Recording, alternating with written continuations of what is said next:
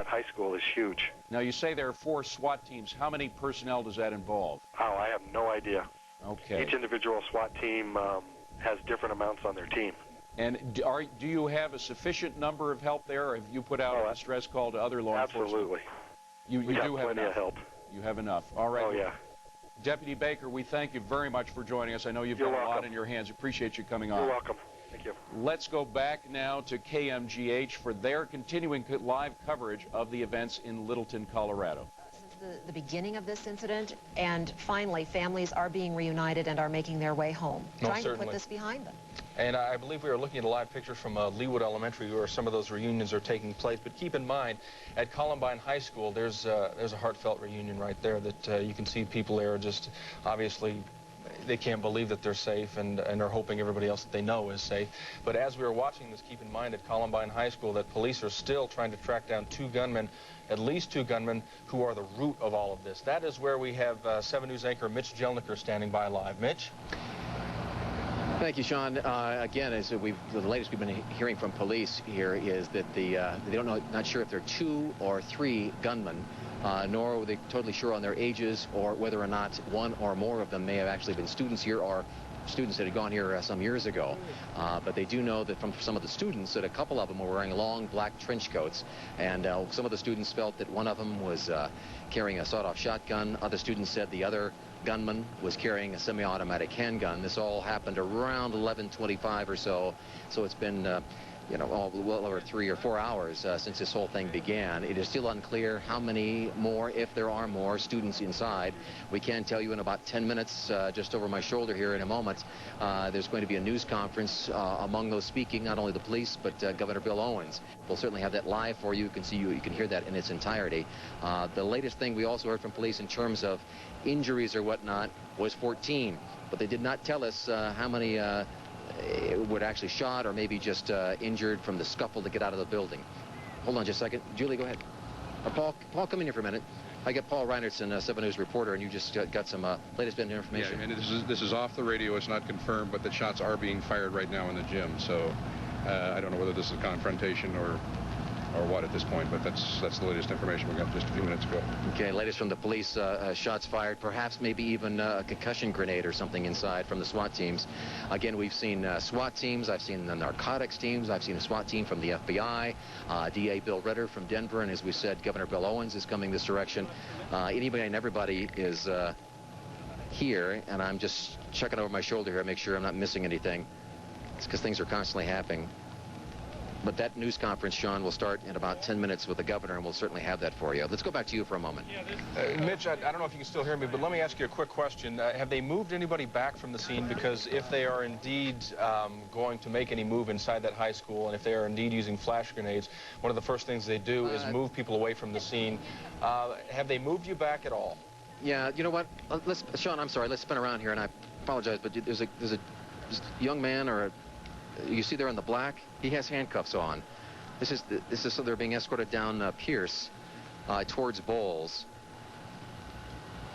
And we have no idea, no confirmation from police who this may be or what role he may have had in any of this. All right. It's just something I happen to see over my shoulder as you were asking the question, and I apologize. I think you asked me, are they moving any of us back? And the answer to that is no, despite the fact we're hearing reports there may be some shots fired inside the school, because quite frankly they've got us all significantly far back from that huge Columbine High School campus.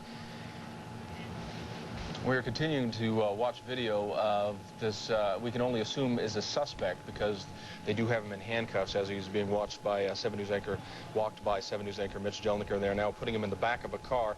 As Mitch said, at this point we do not know exactly why they are taking him into custody, but we can only assume that he is a suspect in some type of way in connection with this case. No, we have no clue at this point. We could tell you that he had handcuffs, his hands were behind his back, he was wearing black, a young man in glasses, medium color brown hair. We have no way of identifying him at this point. He just seemed to appear out of nowhere with a Jefferson County sheriff's officer, it appeared to be, and they are now taking him away from the scene. I don't know if this was one of the young people that we saw being rushed out of the building or how he made his way to this area. Maybe this was one of the people who was picked up in that field earlier when we saw those 3 people apprehended out in the field. So we will be watching the situation to tell you, our viewers, exactly who this young man is as soon as we can find out who he is and what his relationship is to this incident. In the meantime, we are going live out to 7 News anchor Ann Trujillo, who joins us from Swedish Hospital. Ann?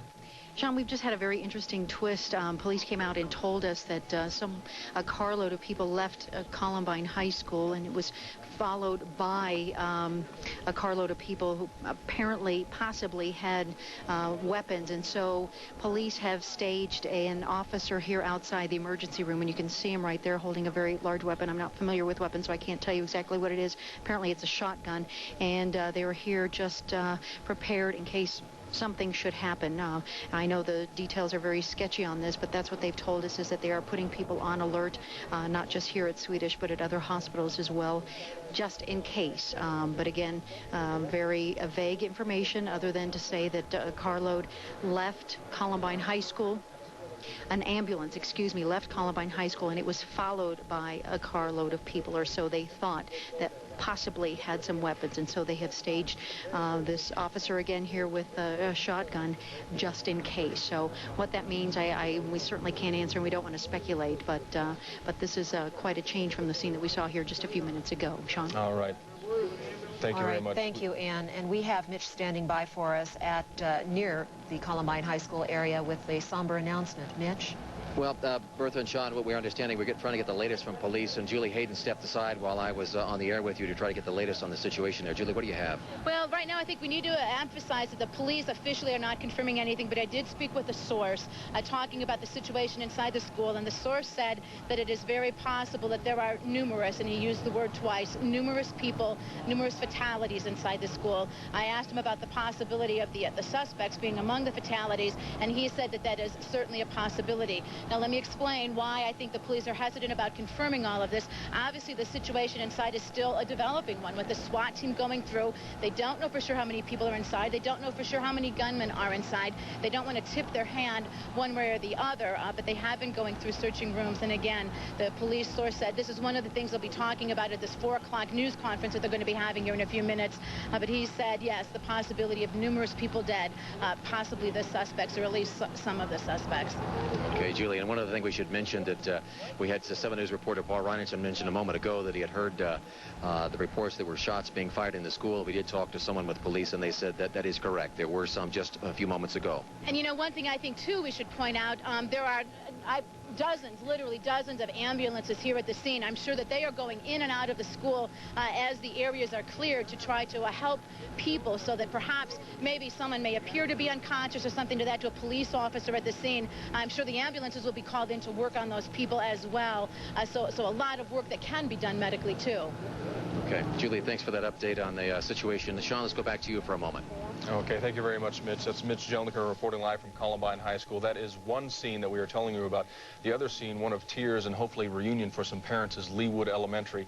That is where a lot of the kids that are running to safety are being taken to, and that is where they have set up kind of a command post where the kids can check in. As you take another look live from Air Tracker 7 at Columbine High School, this is the situation we're dealing with. There are still 2, possibly 3 suspects armed, at least with sawed-off shotguns.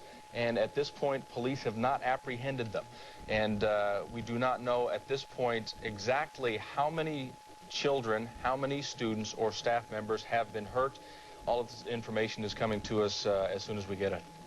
And we have information also, Sean, that Governor Owens has become involved in this crisis. Understandably, you mentioned earlier that he gave his okay for the National Guard to bring up that armored personnel carrier, and he is going to be making some sort of news conference, some sort of comment at the area, at the scene, the command post out there in near Columbine High School around 4 o'clock. So that's exactly 6 minutes from now. So we will, of course, cut away to that when it does happen. Now, The people that we've been hearing from said that they heard shots coming a few minutes ago, and that those shots may have been coming from the gymnasium area. We have Air Tracker 7 up in the air still near Columbine High School. I wonder if we would be able to get a wider shot to show us where the gym might be. And also I'm wondering if law enforcement is still on board Air Tracker 7. Do we have any word of that yet? Okay, apparently we don't have word of that. Okay, well, this could be the gym here close to us, not quite sure.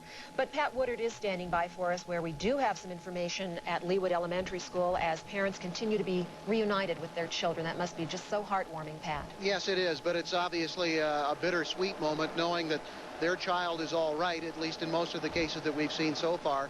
But knowing that maybe some of the child's friends or classmates are certainly not okay, at least according to the severity of this incident. But what's been happening here, we did talk to one young girl about 5 minutes ago who came out. She told us that she was one of the people who was with a group that the SWAT teams came and extricated.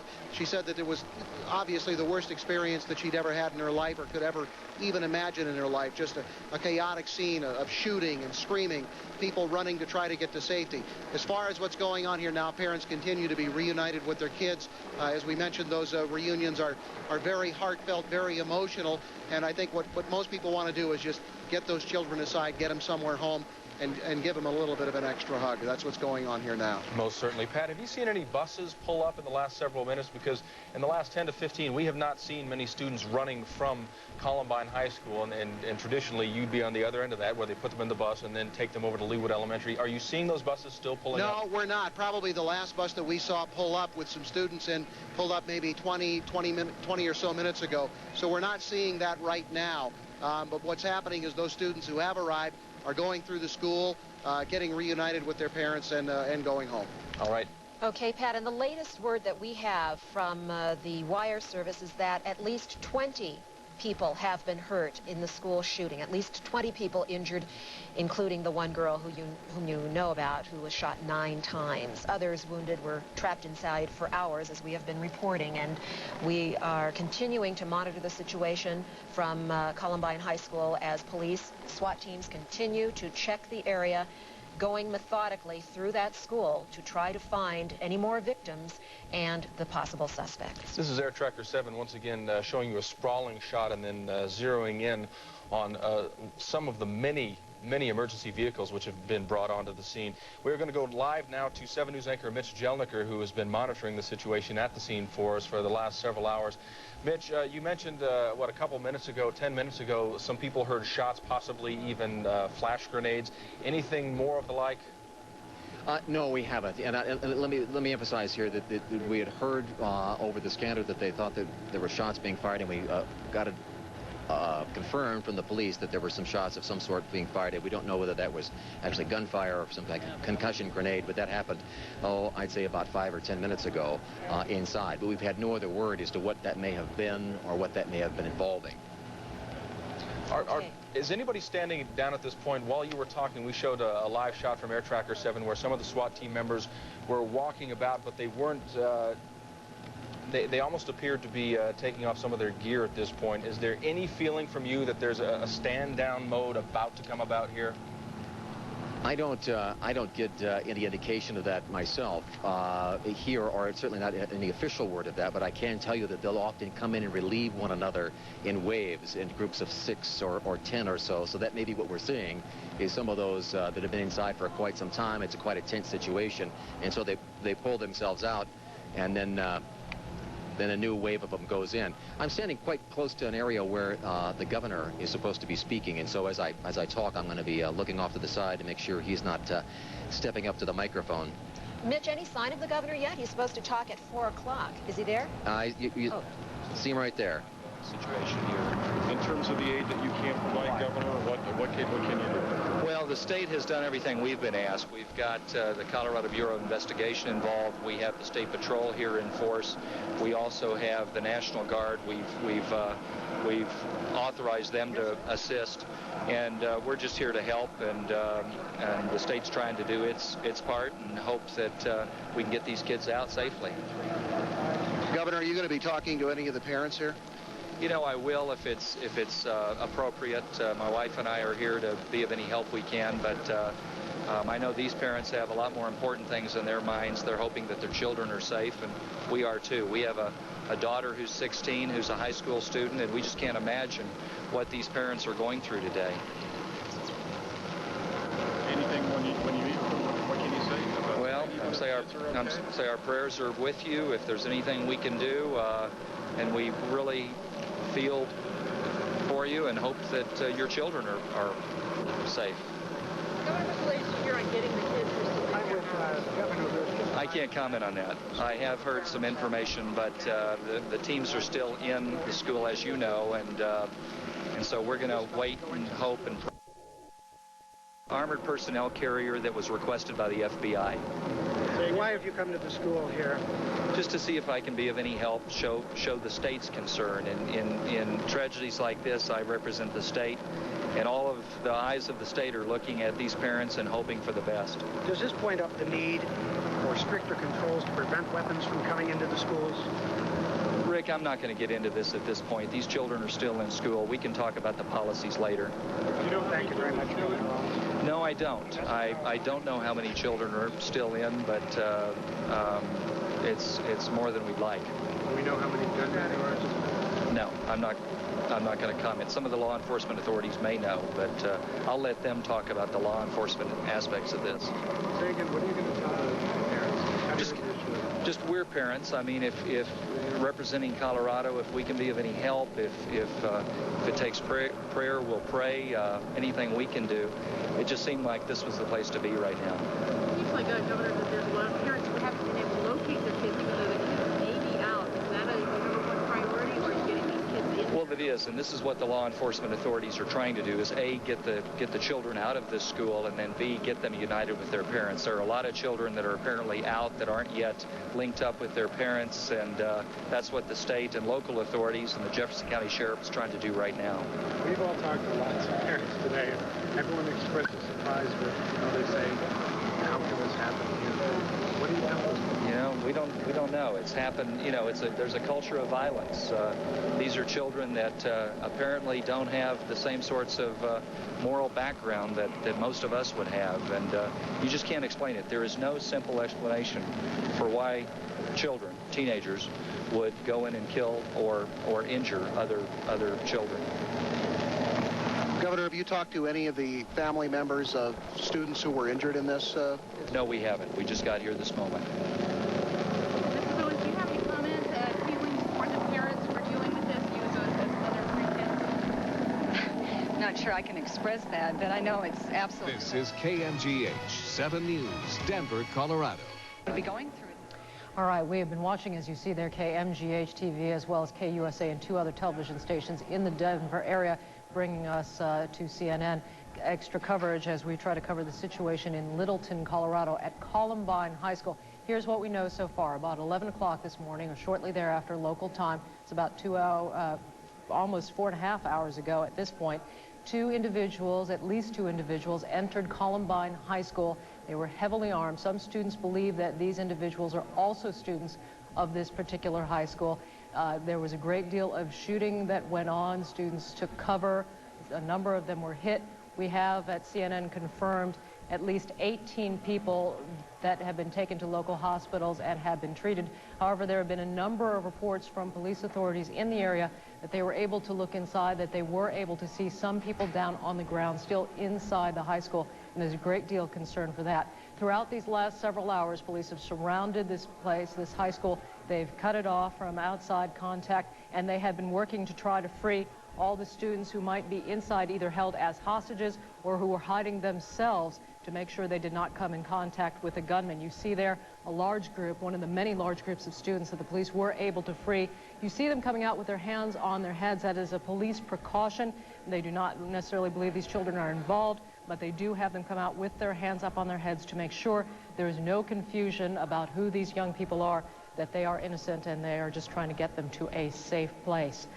We've been watching pictures throughout the day from the 4 TV stations in the Denver area. We want to return you now to KUSA TV, doing an interview there outside the school. Fired within the school. Those deputies also reported that they could hear explosions inside the school as they were setting outside. Some deputies also reported seeing fire in the school. What the explosions were and what generated those explosions right now is unknown. We do have our bomb team that's been mobilized so that they can check for any unexploded ordinances or devices that are in the school. Right now, the latest update that I have heard is that we have approximately 15 to 18 people who have been transported to area hospitals. We do have some fatalities. The number of those fatalities is unknown right now. The fatalities also, it's unknown whether those fatalities are students, faculty, or a mixture of both. The SWAT team from our department has been joined by at least 3 other SWAT teams from area agencies, and they are still currently working the area and the building, looking for additional victims and suspects. There has been some air traffic to the effect that the suspects have been found inside the building and are dead. At this time, we feel like it's certainly a possibility that those are 2 of our suspects, but that hasn't been confirmed. There are additional victims inside the building that our SWAT team members are finding as they comb the building. However, the condition of those victims right now is unknown. I'll entertain a few questions, and also the sheriff can answer any that you want to hear from him. Hey, Steve, we've heard reports that the possible suspects have hand grenades, possibly live hand grenades on their bodies. Is that accurate? There are explosives. Yes, sure. There are explosives that were found in the school and outside of the school, as well as at one of the suspects' houses. A device was found over there. I've heard radio traffic that there was detonable devices on one of the suspects, at least one of the suspects. Can you identify that suspect? Not at this point. I'm sorry, sir? What kind of weapons did these suspects use, to the best of your knowledge? Well, handguns and these bombs, and we're not exactly sure what they were. Where were the 2 suspects found? In the library. In the library. Sheriff, there was a suspect or someone in handcuffs taken down in custody here. Can you tell us who that person was? We had 3 individuals that were ascending upon the school wearing kind of military camouflage fatigue type things. They were detained, and it appears they are associates of these gentlemen, or good friends of these gentlemen that I don't want to call them gentlemen, these people that perpetrated this atrocity here today. We're talking about someone dressed in black who was taken away. Yes, yes. Is that a suspect? This is still under investigation. We're not sure what relationship he had to those people inside, but he was a very good friend according to the information we have. So you found 2 suspects in the library? 3. Oh, two dead in the library. Where was the Think third? they may be the suspects? Well, we're not sure if there is a third or not yet, or how many. We're still in the SWAT operation is still going on in there. 2 dead suspects? 2 dead suspects. So what about a possible motive? And did it look like they were dead from self-inflicted wounds? It's possible. What about a possible motive in this? I mean, what are you hearing from the kids? Craziness. You know, we're not hearing anything from the kids. The kids are pretty hysterical. It just happened. How many weapons were found on the suspects? I can't tell you that yet. We don't have that. When were they found? Sean, about 9 times. Do you know if she had any relation to these suspects at all? No. Sheriff, there was an armored person. No, I'm not sure. Brought into the National Guard. Tell us what you're doing now, what you're doing. It was brought in for security to try to help get wounded people out if we needed it. Unfortunately, when we did make entry into the library, it was a pretty gruesome sight. You sure there are still victims in that school? Do you know if there are still students possibly? No, we're doing a sweep of the entire school. We've got SWAT teams, our SWAT team, Arapahoe counties, Lakewoods, and the FBI currently in there. How long do you think it will take? Well, hopefully we'll get it wrapped up within an hour as far as the sweep. Sheriff, how much landing? Yes, we do. Can you give us an idea of how many fatalities there might be in this? I've heard numbers as high as 25. How much planning do you Yes. suspects put in there? Pardon? How much planning do you suppose these suspects put in? It looks like quite a bit. Can you give some examples of why you think that? Well, I think just by the degree of what they've done, and the bombs brought in, the types of firearms brought in to do that kind of damage. Characterize the mission that these 3 people were on. I mean, you're a veteran of law enforcement. Well, it appears to be a suicide mission, but one, you know, I think we've had a lot of media attention on these things around the country, and you don't know how much that plays into giving somebody else an idea to do it. We've interviewed a lot of the kids that were in there who say that the suspects may have switched code and I've heard that, but I'm not familiar with that particular thing. We got quite a bit of investigation to do. How many additional wounded do you think there might be? We've transported, I think, 14 wounded. Are students saying that any indication that there have been threats of this kind? Apparently there had been a bomb threat at this school last year, and that some of these trench coat gang members were talking about destruction and death and Y2K and the whole. Anything like Nothing that we're aware of at this point. What many officers been hurt? No. What was the 25 figure? Was that wounded? Possibly deceased. Possibly. That's based on reports back as they were going through the building? Right, from the library. That doesn't include people in the hospital? Suspects? Sir? At any time, did your officers or other SWAT officers communicate with these suspects inside the school during the search? No. Not that I'm aware of. Do you have any idea how many rounds were fired with the hundreds of rounds? Well, it's yet to be determined. How many total law enforcement are on scene? Not estimated. We've got several hundred here. We had great service from Arapahoe County, from Denver, from the state, everybody helping us secure this area. So cooperation has been super. You've got explosive devices. ATF is out here also on the explosive devices. All the wounded victims out now south? That we're aware of, yes. They're only here left inside. I'm not. They were still working. South of here, is it connected to here, the one in Wadsworth and Chapter? That's unknown.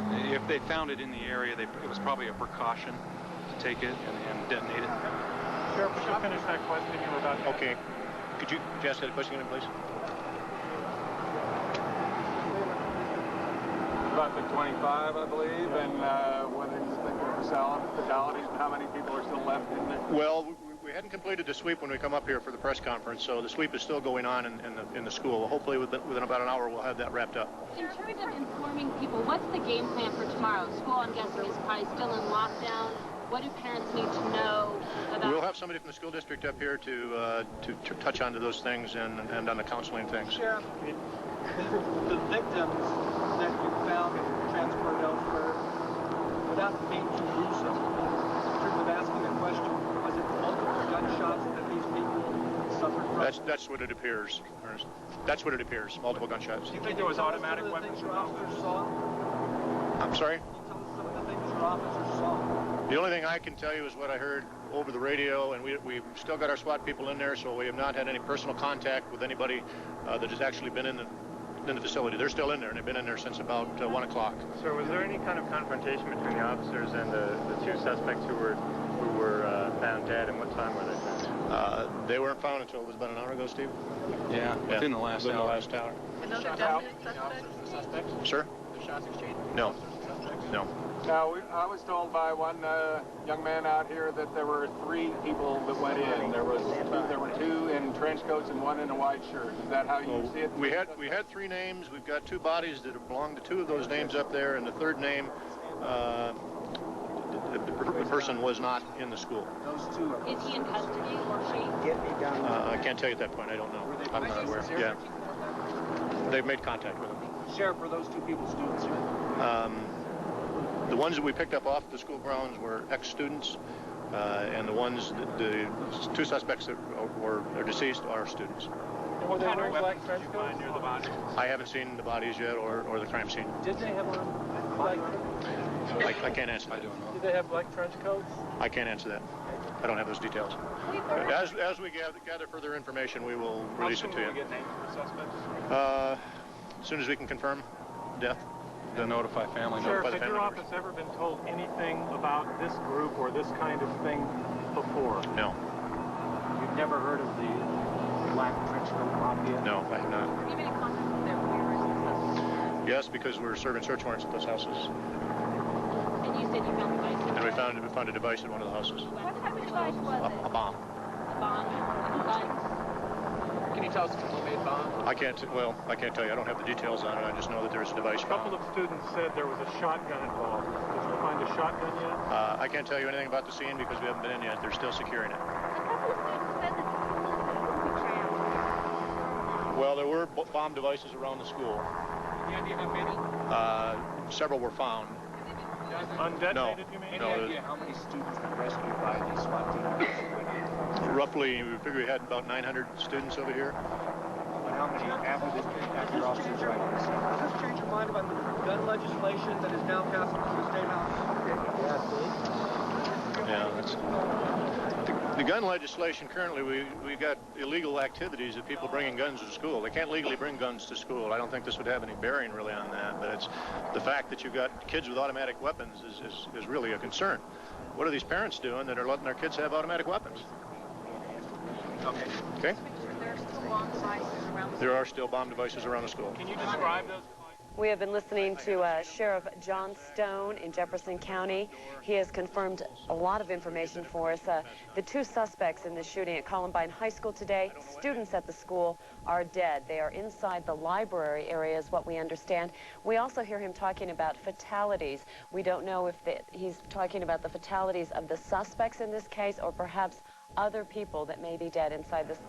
That's a coverage from KUSA TV 9 News in Denver, Colorado, and their coverage of a press conference being given by the Jefferson County Sheriff John Stone as well as his spokesman Steve Davis. They're on the shooting in Littleton, Colorado. The late information confirmed now by the sheriff of Jefferson County that the two suspects, the two people believed to be suspects, are deceased and that their bodies were found in the library of the school. Let's listen to what the sheriff said. There were two in trench coats and one in a white shirt. Is that how you see it? We had three names. We've got two bodies that belong to two of those names up there, and the third name, the person was not in the school. Those two are both students. Get me done. I can't tell you at that point. I don't know. Were they both students here? Yeah. They've made contact with them. Sheriff, were those two people students here? The ones that we picked up off the school grounds were ex-students. And the ones, the two suspects that are deceased are students. And were they wearing black trench coats? Near the bodies? I haven't seen the bodies yet or the crime scene. Did they have on black? I can't answer that. Did they have black trench coats? I can't answer that. I don't have those details. All right, that was the Jefferson County Sheriff there in Littleton, Colorado, at the scene of Columbine High School. We want to bring you up to date on all the events that have happened through the day. What we know now from the Jefferson County Sheriff is that two suspects in a shooting at Columbine High School have been found dead in the library. The sheriff described it as what appears to be a suicide mission, in his words. He also said that there were a number of explosive devices found around the school. The late reports that CNN has confirmed are 18 injured individuals taken from the school scene to local hospitals. Many of those individuals in critical condition, and possibly the most disturbing information to come from the Jefferson County Sheriff John Stone. He said the number of fatalities inside the school may reach as high as 25 people. We want to go to our correspondent Tony Clark now, who is at the scene at Columbine High School. Tony, what are you seeing there? Well, Joey, it's been really very much an unreal situation. One of the students earlier today told me that he was coming down some stairs and saw three bodies there, people that he thought had been killed. The school itself, we're being kept some distance from the school, but you can see the school, the white building off in the distance.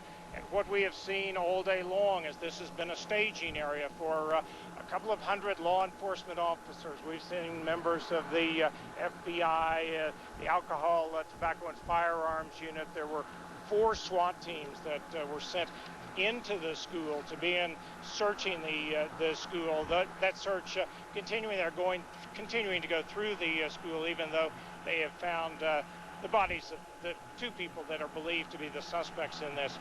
One of the very heart-rending scenes that we have seen out here is the parents of some of the students. They have told us of their children's students calling home on a cell phone and saying that they were hiding in one place or another in the school, and they were just whispering and couldn't talk long at all, and the parents waited out here very anxiously for their students to be rescued. That was the first priority. The law enforcement officials said they went in, both the SWAT teams, and using fire trucks and an armored car to get close to the school to find the students that were hiding in the school and get them out safely. And one of the things that they did throughout the day was be sure to interview every one of the people that they brought out, because there was some concern that the suspects in this case could have changed clothes, could have tried to escape as students. And so they were all being checked as they were brought out of the school today. Sean Kelly is one of the students at the school. Sean, you were in class, you were upstairs at the library at the time the shooting began. What did it sound like? Well, first of all, there was a loud explosion, which I thought was a shotgun blast, but I believe it actually was an explosive. And then later, as I was leaving, trying to get out through the auditorium, I heard around 10 or 11 rounds shot from an automatic weapon at that time. Was there a sense of panic? Were students and faculty members racing for the doors? Paint us a picture. Well, they were racing for the doors, but it's not exactly as panicked as I would.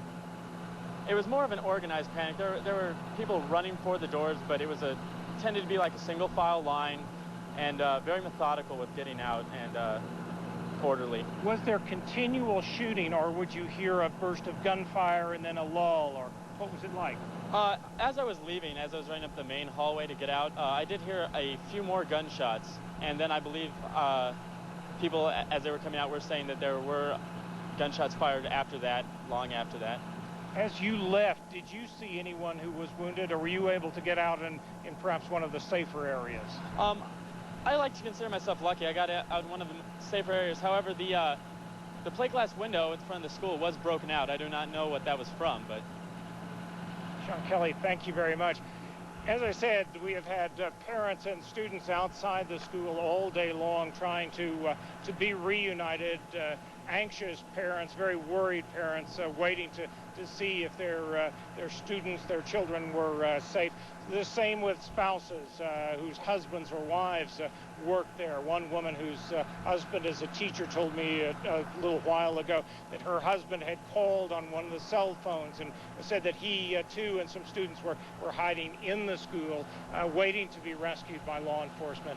Now, as we've heard from the sheriff, the two people believed to be suspects, their bodies found in the library, continuing a search to see if there were other people involved in today's tragic shooting, and perhaps one of the grimmest things going around to see how many people are still remaining in the school who had either been injured or killed.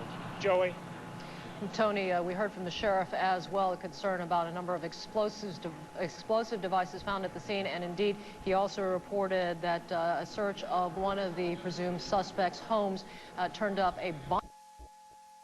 For large or small, this is something the police they'd heard about this group, but never had any run-ins or incidents with this group. Is that right? Yeah, that's right. I think most people are probably aware that the police are making contact with people, hanging out in parks, hanging out here, hanging out there. A lot of times just ask them who they are, what they're doing, things like that, particularly if they're all dressed alike.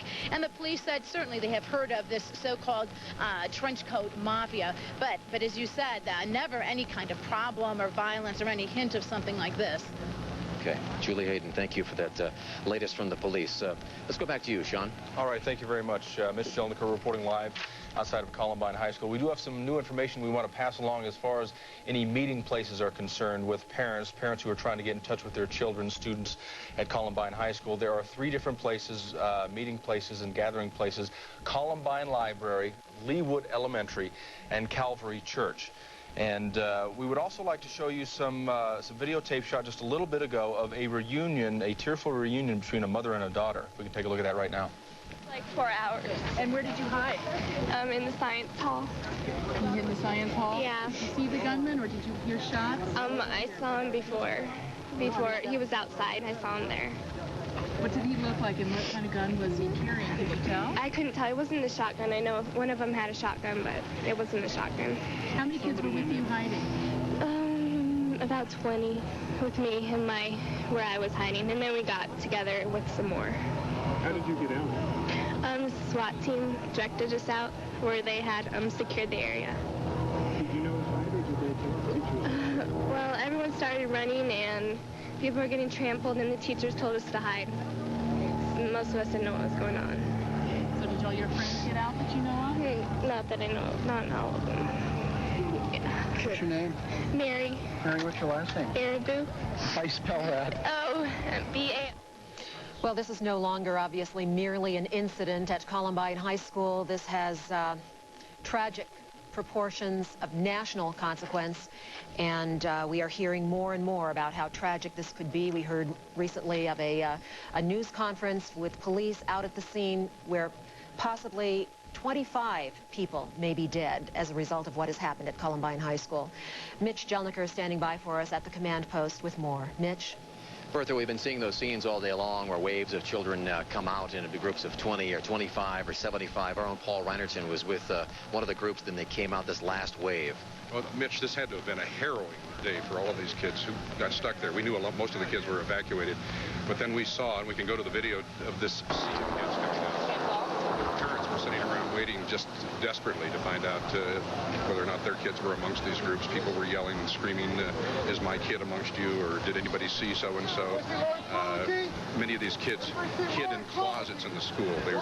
They hid in special places. We talked to one family whose son called them on a cell phone and said, I'm okay, I'm in hiding.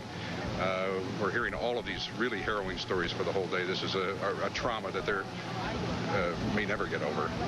Yeah, and we kept hearing reports that there were groups of kids huddled in certain areas and calling cell phones, calling teachers.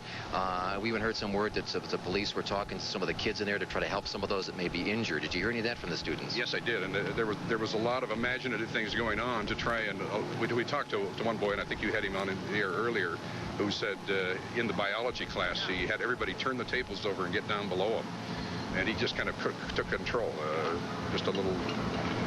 Made their own makeshift barricade, in essence, in case they came in. And they made sure the door was locked. They didn't know whether that was going to do any good because they saw bullets flying by them and flares coming in. But just absolute terror the whole day. Unbelievable. Anybody should have to go through this, especially a student, and you can only imagine what the parents must be have been thinking as they had to stand outside several yards away, waiting to see if their son or daughter made it out of there. Rhonda Schulting is also with us now with some information. Rhonda, who did you talk to? Well, Mitch, photographer Greg Verspel and I were at the corner of Pierce and Polk, and this is where a house was, where a lot of kids that were able to get out of the school, this is where they ran for safety. They didn't know where else to go. They tell me that as they ran out of the school, that the man who owns the house was actually standing outside waving them in. And just a few moments ago, we shot this videotape. This is raw tape of the kids as they were evacuated from the house. There were some kids that left a little bit earlier. One by one, we saw parents come in and take the kids out. But this was a group of perhaps 2 dozen. They were led across the street and down in a ditch, as you can see, because the police were telling us at this point in time that they were still in the line of fire, that this house was in the line of fire, so they had to stay low. The lowest place to go at this point, of course, was this ditch. And you saw some kids holding hands. We saw one little girl who said she used to play basketball. She had knee surgery just recently, and she was one of the ones walking. Some people left so quickly, they did not take all of their belongings with them. You see this little girl right here, she forgot her shoes.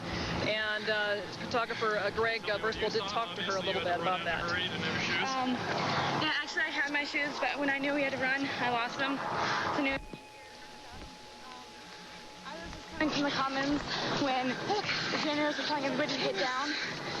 And everybody started to get up because nothing had happened. Then they started yelling again for everyone to get down. And we all ran into a back classroom. Yeah. And then we knew that we were sitting ducks there if we just stood there because there was no other way out of the classroom. So. Did anyone here in your group see the shooters? I did. We did.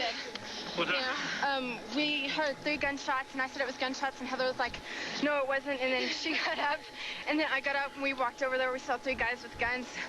We saw a really tall guy in a black trench coat, and then we saw 2 girls on the ground. Emery Hallcoulter was shot, and she was on the ground, and she had blood all over her. And then another girl was trying to help her, and then after that, we just ran in, and I was the first person to run through the door to sit there and say, somebody's been shot, there's somebody's shooting bullets and everything, and Heather ran in after me. And I'm sorry, what? Everybody got down on the floor. Everybody just got down on the floor, and then we ran into a back classroom. Yeah, in the foreign language hall. And then we kind of ran out of there. We heard, there was, vibrations. They were bombs. I told you. We heard, a lot of vibrations. Yeah. We heard? We heard a lot of whatever. First of all, let's get your names. Go and spell both names. My last names? H-A-U-L. Just as right before the videotape ended, that one of the girl's fathers was able to see her after all this happened. It was really a tearful reunion that we saw, and it really brings home the point that obviously all these kids have families. As a parent yourself, you're wondering, you know, what about my kid? Where are they? And we did run into a couple of parents today who were not able to find their children at one point in time. We hope that they've been able to find them at this point. Okay, Rhonda, thank you. We appreciate that. And, yeah, I'm sorry, say it again. I'm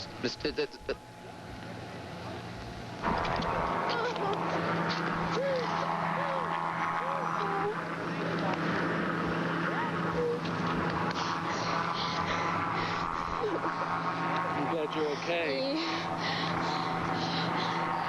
If your parents aren't here, we can bring you home. That's okay. Mom, please. Okay. Okay.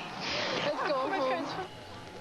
That was the reunion that Rhonda was talking about a moment ago with one of the kids that was in the house not far from the school and finally reunited with her father. You can see they're one of dozens of reunions that was going on today. I talked to several parents myself that it took them hours before they had any word whether or not that they found anybody inside. The latest word we're getting from police right now is they believe they have everyone out of the school, although they're making one last check through all the classrooms, the gym, every place, every nook and cranny inside the Columbine High School.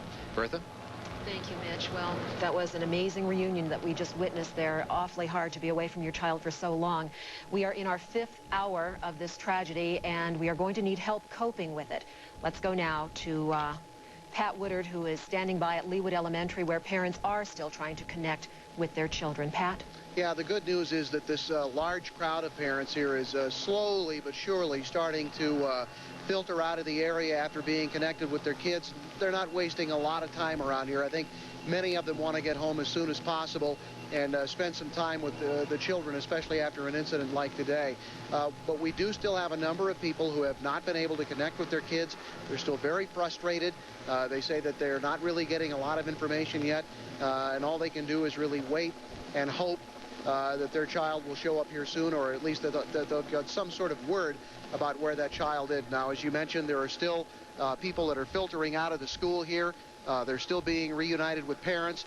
A lot of the students who come out have huge smiles on their faces, but others are very distraught over the incident that happened today. And as we mentioned earlier, this is an event that we're going to have to be dealing with for an awfully long time here, especially when you've got children who are in their teens, very impressionable, and to go through an experience like this at an age like that has just got to be extremely, extremely anxiety-ridden. And for parents, it's just as bad. And the good news for them, most of them here are starting to be reunited with family. You're right, Pat. You're right, indeed. That is the good news. And those people will never be the same. And many of us who are just watching at a distance are going to have trouble coping with this. And Sean McLaughlin is standing by right now with somebody who will help us to do the right thing. Sean? Bertha, we're going to talk a little bit about how to deal with this. Joining me now is Dennis Kennedy. He is Executive Director of Project PAVE, and PAVE stands for Promoting Alternatives to Violence Through Education. Dennis, I'm going to ask you the obvious question. We're looking at possibly up to 25 people dead in all of this. How do we deal with that as a society? Well, it's not easy to cope with this. This is something that cannot easily be just dismissed. I think I need to think more about how we simply, not just the children and youth and parents who have gone through this at the school have experienced it. They're going to have a lot of support. They're going to have a lot of help. It'll be a terrible, traumatic, horrific time for them. But I worry sometimes, too, about us who are bystanders to this, those of us who are watching it on television, who are hearing it on the radio. And we need some help with this, too. You know, we know where we experience that. We can feel it in our hearts and in our guts and in our chest. And we're going through this, too. Now, sure, it's not anything like what the children and the youth and the parents are. But I guess I want to say as our hearts go out to them, let's also pay attention to each other. For instance, parents who have children coming home from school now who aren't at Columbine High School, talk with them about what's happened today. Give them the chance to talk about it. Don't immediately come up with all the finished, polished answers. Listen. Let them talk about their feelings, their thoughts. It may be kind of crazy feeling for a while, but listen to them. we need to pay attention to how we're doing. You know, are you talking about this yourself? Is there someone you can hug? Is there someone you can cry with? Is there someone you can write to, or even journaling? We need to take some time ourselves to sit with this and not just run around frantically all the time about it. Sure, we want to do something, but let's take it into ourselves first, find some ways for ourselves to heal, and then help others as well. Well, let me ask you this. I have a 5-year-old son at home. He's very smart, and I can tell you my wife has been watching the coverage. He is obviously going to pick up on what is happening. How do I explain to him what has happened here? Well, I'm not sure you can explain it. I'm not sure I can explain it to myself. It's something terrible that has happened. I think one of the things we need to say to children is just because something terrible has happened, that doesn't mean our lives have to be terrible. And that this is not something that will happen to most children, but that they have to have a chance to experience it at their own level. And you know, we don't want to quickly, facilely dismiss whatever feelings they're having about it. You can say, you know, that this is a thing that we hope will never happen again, and that we will get through this together. It seems keeping the lines of communication open is very important here, and allowing people to express whatever emotion they're feeling at that time. Right, and including, and maybe not burdening our own children with how we feel about it, in the sense of not dictating to them or preaching to them about, you know, it's not the time to give a little sermon on safety at school or things like that. It's really just a better time to listen, to be with them, just to be quiet with them for a while. Give them some time with it. Now, you've also come up with a perpetrator profile, so to speak. We've heard other students out on the scene talking about how this was supposedly a bit cliquish, how you had one group that was at least purportedly striking out against another group. Is that part of a profile for something like this? Most of the school shootings we've had the last 2.5 years, there's been about 7 or 8 now, have been a group of outcast kids in some ways. And all I was trying to do, and it was to try to get inside of them somewhat. What goes on inside of a kid who experiences this crazy kind of violence? And most of them feel helpless, they feel powerless, they have waves of rejection that they experience. And I guess my worry is that we not spend so much time focused on them that we stimulate others to do this. So on one level, I'm not one to talk a whole lot about it, but yeah, well, I guess what we're trying to say is that it will be very helpful to understand where these kids are coming from who did the shooting. This is not at all to make any excuses for it, but understand. I'm Britt Hume in Washington. We're going to break into this interview here. We'll go back to KMGH when they return to their coverage at the scene. In the meantime, however, I want to bring in Carol McKinley, Fox News correspondent based in Denver, who is in Littleton and can give us an update on what is now known. Carol, go ahead, please. Very disturbing. At this point, a SWAT team is going through Columbine High School, a very large school in the suburban Denver area in a town called Littleton, which is really in the middle of Pleasantville, right across the street from a huge park. At this point, that SWAT team is unfortunately finding victims inside the school. From what we understand, as they go through, among those victims are the 2 suspects we're hearing went into the school just after 11:30 Mountain Time this morning with handguns and bombs. Now, we're hearing right now that there are possibly 25 dead, including the 2 suspects. Those dead could be students, they could be teachers. That is unknown. But at this point, the SWAT team is going through the school, combing every room. If you can imagine what a school looks like, you've got a cafeteria, you've got a gym, of course, all the classrooms, very large school. From what we understand, there are as many as 18 students and perhaps a couple of teachers transported to area hospitals.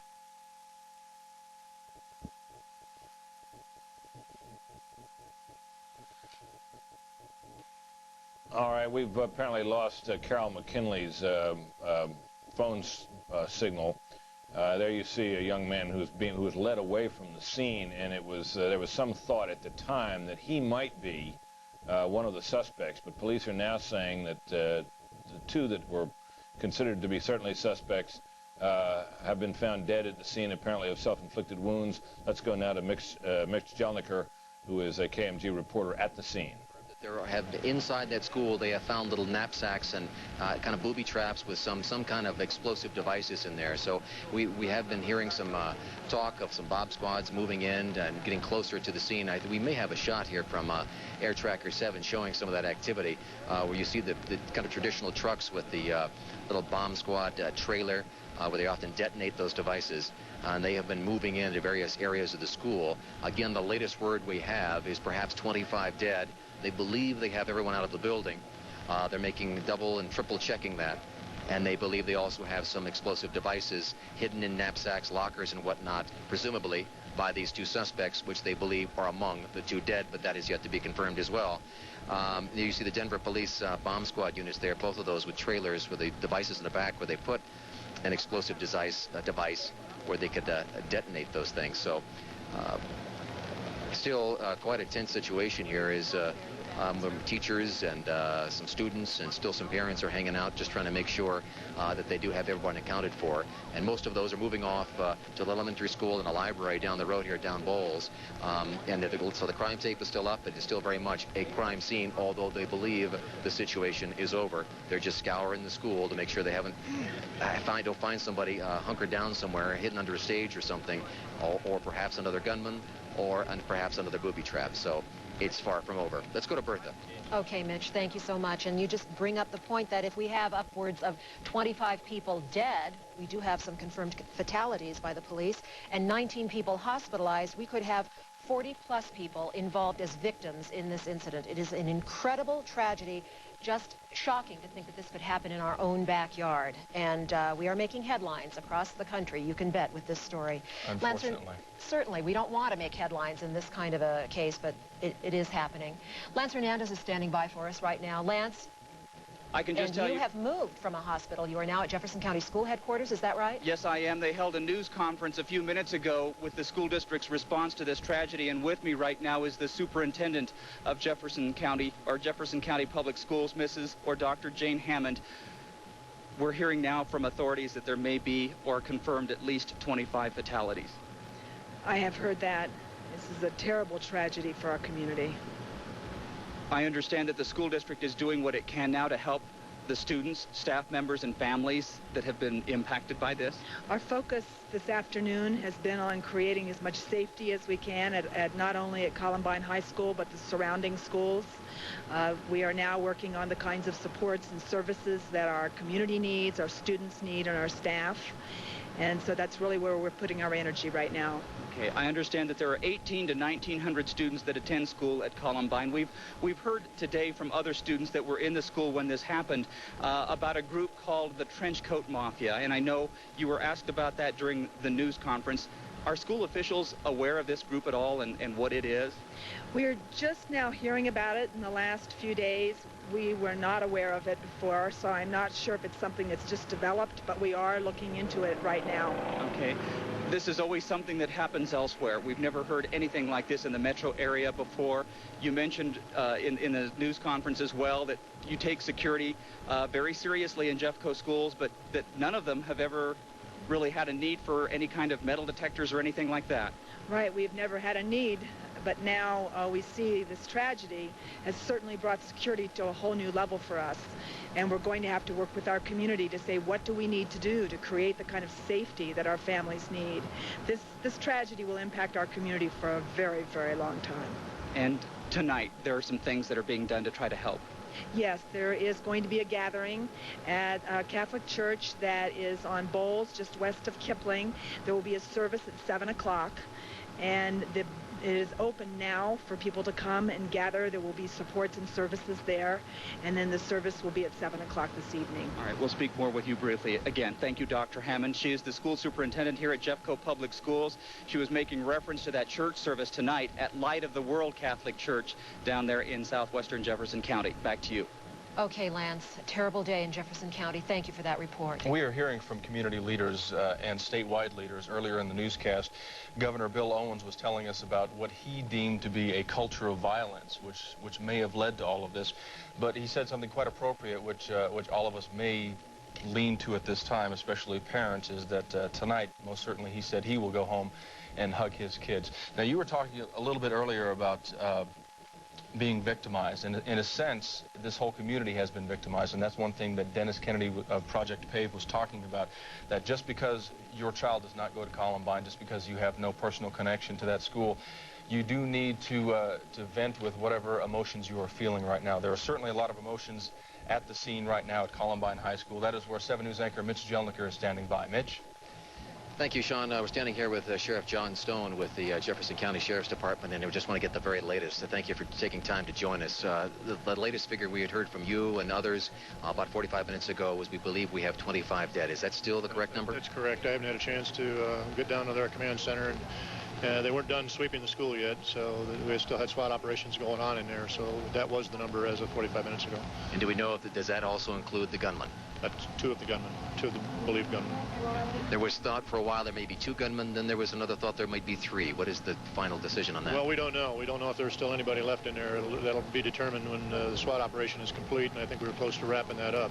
We had 5 SWAT teams in there from everywhere from Arapahoe counties, ours, Lakewoods, FBI in there, so we had a lot of SWAT officers in there, but it's a big school. And among those 25 dead, is it students and teachers? What I understand, it's a combination of students and teachers. And tell us about these gunmen. There's word that there might be with a group or a gang, we might call it. Do you know anything about that? I've heard that since we've been here today, but I was not familiar with any gang that we had with a name that they gave me here. So you're hearing that about the same time I am. Okay. And what about any shots fired by police? At this point, no shots were fired by police.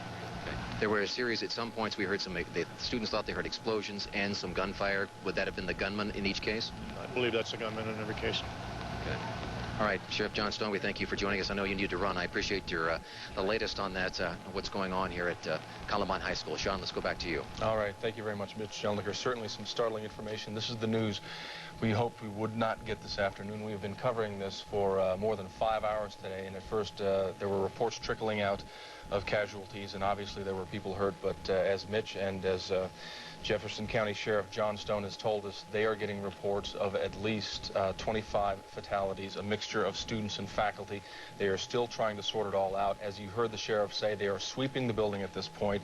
They believe that the 2 gunmen may be among the fatalities, but they are not ruling out the possibility there may yet be another gunman out there.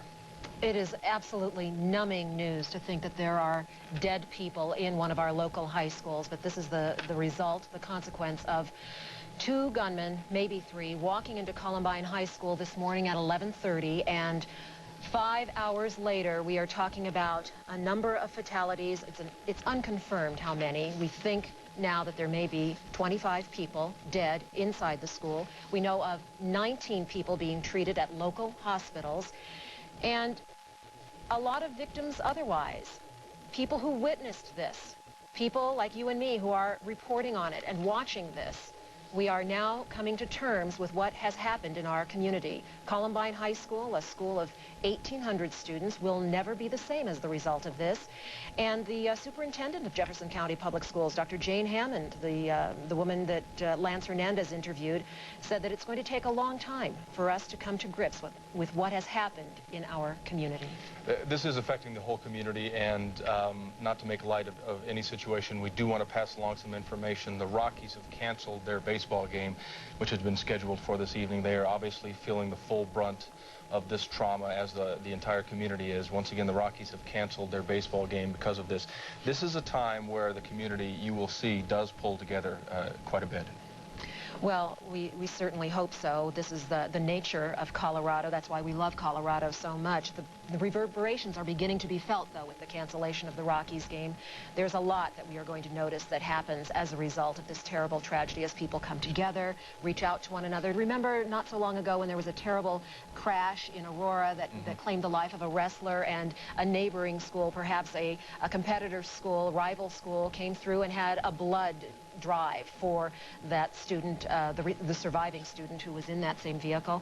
So people come together, and we will see the best side of Coloradans as a result of this, not just some very bizarre behavior by some certain individuals, but as we try to deal with these terrible things that we have watched unfold at Columbine High School today, the response that we have is to turn to one another at meeting places like Columbine Library, Leawood Elementary, Calvary Church, the Catholic Church at Bowles and west of Kipling, Light of the World Catholic Church, which is open right now.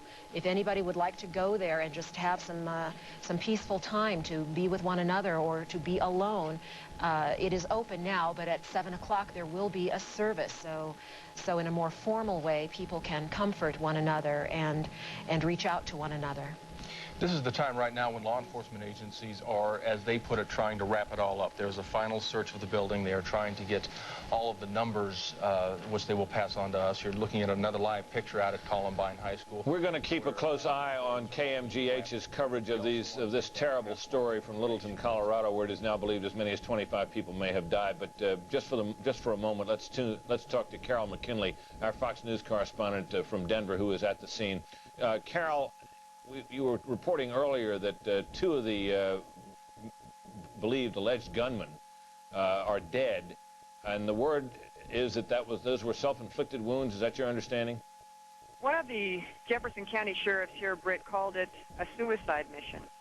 So I believe that what they think at this point is that, yes, they took their own lives in the library of Columbine High School. Maybe a place they didn't spend a lot of time, according to some of the kids I've talked to out here. From what I understand, these kids knew these gunmen, these suspected gunmen, that perhaps these suspected gunmen had formed this group called the Black Trenchcoat Gang, that these were kids with a chip on. Was that what it was, the Trenchcoat Mafia, they called them? Yes, that's what it was. That these were kids with a chip on their shoulder and out to show the world what kind of power they had. And a lot of people shaking their heads out here in the park in front of Columbine High School in disbelief that this could happen in what I call Pleasantville in Colorado, here where you move your children to make sure you don't have to face things like this, Britt. Now, we were looking at pictures, Carol, of some of the students who had been freed, and they were running out of the school, hands on head. I assume that was because the police was not sure who among them might have been one of the suspects or one of the gunmen, and therefore wanted to, before they could all be screened, patted down, had them come out in that position. Those are pictures from earlier when so many of the students were freed. I guess it came quite late this afternoon, word that there were fatalities, didn't it? It came about an hour ago, Britt. Possibly 25 dead, including the two suspects, and unfortunately including kids aged anywhere from 14 to 18 years old, as well as their teachers. Maybe one or two faculty could be included in that. From what we understand, there are 15 to 18 injured in local hospitals. Now, Carol, is it your understanding that the sweep of the school by those SWAT teams from all of those different areas has been completed, and as far as I know, the building is empty, or is it still going on? From what I understand, that sweep is going to take a while, Britt, because there are so many classrooms and so many hiding places in the school. And, they'll be going in there and probably looking for bombs to see if there might be some kind of booby trap left behind. So I think there's still a lot of work left to be done. The FBI and ATF are both here. Which obviously raises at least the possibility that there might be an additional suspect or possibly additional victims. Obviously, that's what we'll be watching for as we follow this coverage from KMGH station in Denver, which is providing its signal to us. Let's watch that. Nick, how old are you? 18. Senior? Yeah. What class were you coming out of? Yeah, I was actually, when I got in there, I threw 2 English teachers, a cook, another woman, another guy, and Tim Castle. The other guy's name is Sean. I don't know his last name. We were in the bathroom waiting for half an hour, 45 minutes. Just during lunch, right? It was just before lunch? Just during lunch, I guess, yeah. I don't know. It was probably one of the scariest ones I've ever been through. We just sat there for half an hour. I heard people pray for their husbands, their children, you name it. And at that point, these guys were killing just to kill. They didn't care, They didn't care who they shot. Went to the hospital, saw some of my friends. One of the stories where they were up in the library, they hit on the tables, and the guys took shotguns and guns and just went on the table and started shooting. Did anybody recognize them? Huh? Anybody recognize the kids who were doing the shooting, the guys who were doing the shooting? Yeah, you ready? Hey, Nick, come see me when you're done. Did they go to school there? I don't know, I just saw guns, man. Do you know what kind of weapons they were using? One was a shotgun, I know what the other one was. Thanks, man. Mine's laying with another kid, he was bloody, so... And that is Nick Voss, a high school student at Columbine, who was involved in this incident today. You heard him say that they hid in bathrooms for an hour, for half hour, heard people praying for their wives, for their husbands, for their friends. Obviously an incredibly traumatic situation, one that people will not be getting over for quite some time. Oh, it's just terrible. Most certainly. Thank you, Pat, for that report. We're now going to go back live to Columbine High School, where 7 News anchor Mitch Jelniker is standing by. Mitch?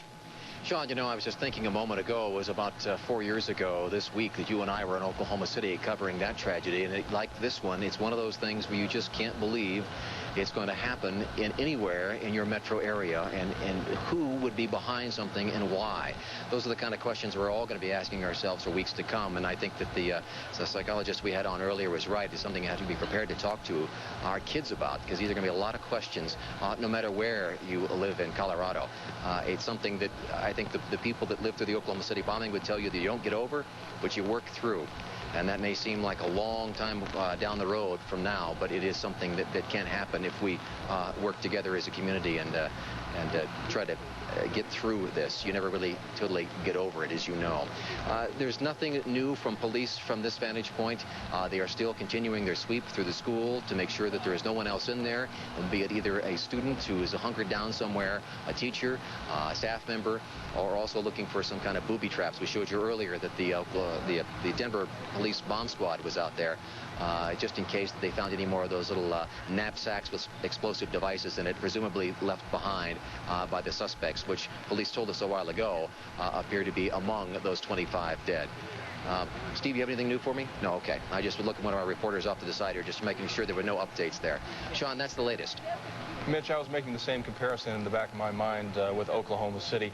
Are you seeing the same kind of camaraderie, the community coming together that we witnessed in that city some 4 years ago? Yeah, you do. I mean, people just pull together, whether it's the agencies with the fire departments, the police departments. I see neighbors running around, trying to give people some refreshments. Some people that live in the area, Red Cross. I saw some folks that came by and they all some emblem from a church that they were trying to help with people out. So this is one of those things that draws people together, and it is working. So we ought to be very proud of that as Coloradans. And as I'm speaking, I look over my shoulder and I see another section, looks like about 10 SWAT team unit people. If we can come back live. There you see, it's tough to see through the crowd.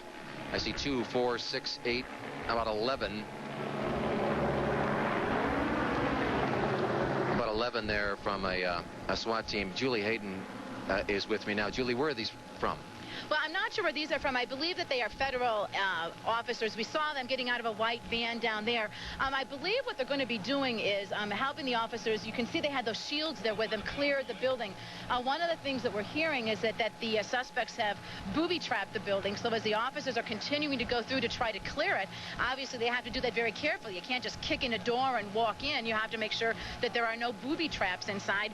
And they are having various bomb squads and SWAT teams help them do that, to try to get in as much as possible. Again, with the possibility that there might be more victims inside, that's something they want to do as quickly as they can to make sure that no one else is hurt. We've been hearing the crime lab people talking about all of this, and they haven't even been able to get inside yet. No detectives or anything like that. They're still trying to clear the building to make sure that it's safe. Again, because of these booby traps and explosive devices that the suspects apparently set up in front of doors and knapsacks all over the place. And we have seen not only police units and ambulances and whatnot from several different jurisdictions. When it gets right down to combing over the evidence in this case, who would be brought in? Well, it happened in Jefferson County, so it would be Jefferson County's case. The case would be filed and prosecuted in Jefferson County. Jefferson County is probably the lead investigative agency. Because of the explosives and all kinds of things, you also have possible ATF and FBI involvement. I think what's happening right now, earlier we saw a parade of detective cars go by. This is just one of those bizarre and just tragic situations where the kids, besides being victims, were also witnesses. explosives. I mean, you have hundreds of kids who saw what was happening. So before they could be reunited with their parents, before they could be comforting each other or anything like that, they also had to be interviewed and debriefed by the police to help put together a criminal case. And they were all doing this at a school down, and detectives from all kinds of agencies loaned their officers to help interview those kids. So we saw that kind of thing going on. I mean, a massive cooperative effort, but the bottom line, I think this will probably be Jefferson County's case. Yeah, obviously, since it's in Jeffco, I was just curious whether the ATF will be brought in because of those explosives. That's right, and I think that's something that they'll decide depending on cause of death. If the cause of death was from an explosive, well, then it can become a federal case. Typically, what they do in a situation like this is they give it to whoever is, frankly, most capable and has the most manpower to investigate it. Or I think where it is most impacted by the community. You know, we saw in the Oklahoma City case, for instance, it became a federal case, but also a local case. I would doubt that we would see that here, and I think probably it would end up being a local case. Okay. All right, let's go back to Bertha and Sean. All right, thank you very much, Mitch and Julie. Thank you. Just two of the many reporters we have, not only down at the scene, but also at area hospitals down there. And they have done a remarkable job keeping us informed, bringing us the latest information from the law enforcement people on the scene, bringing us eyewitness accounts. We have heard from people who hid under desks, people who hid in classrooms, in the cafeteria, in the library. And they know how lucky they are to be alive. Unfortunately, we are also hearing, and it's still unconfirmed, but we are also hearing that there may be 25 people dead as a result of the tragic shooting today at Columbine High School. Now, because of that, there is going to be a memorial service later on this evening in the Denver metro area. We have that information. If we can please put that up on the screen where everybody can certainly take advantage of that. It is going to be a memorial service at Light of the World Catholic Church at 7 p.m. tonight. That is at 10306 West Bowles, Littleton. And if you are just joining us, we want to welcome you to 7 News. Bertha Lynn reporting with Sean McLaughlin, and we will have more on the tragic shooting at Columbine High School right after this. This is 7 News at 5. We don't want to confuse you. I'm Paula Zahn with the Fox News Report. You have been listening to KMGH live coverage of the shooting at the high school in Littleton, Colorado. It happened again, and it has never been more harrowing or brutal. A high school in the Rockies shattered by gunfire from what appears to be its own students. This time it happened, as I mentioned, in Littleton, which is southwest of Denver. Police say 25 people may have been killed, possibly including the gunman. At least 20 more were injured and taken to local hospitals. As the hours dragged on, police sent in SWAT teams to find frightened students and teachers hiding from the gunman until police could free them. The details are still coming in, and it's going to require clarification all night long. We are going to go back to KMGH as it continues its live coverage to try to keep you on top of this story. Just a couple of blocks away from Columbine High School. The unbelievable happened today, just a couple of blocks behind me. A school of 2,000, one of the newer campuses in our metro area.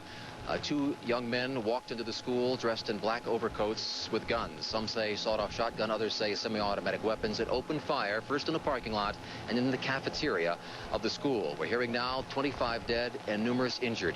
Ann has more on the injured. Ann? That's right, Mitch. There are a number of survivors, but we know that 19 people were taken to area hospitals. 4 of them right here at Swedish Hospital, 4 students, but among the others, 4 were taken to St. Anthony Central. 5 taken to St. Anthony Central, 4 taken to Denver Health Medical Center, 2 to Lutheran Hospital, and 5 to Littleton Hospital. But again, 4 brought here to Swedish. They're among the first taken to area hospitals. 2 girls, 2 boys.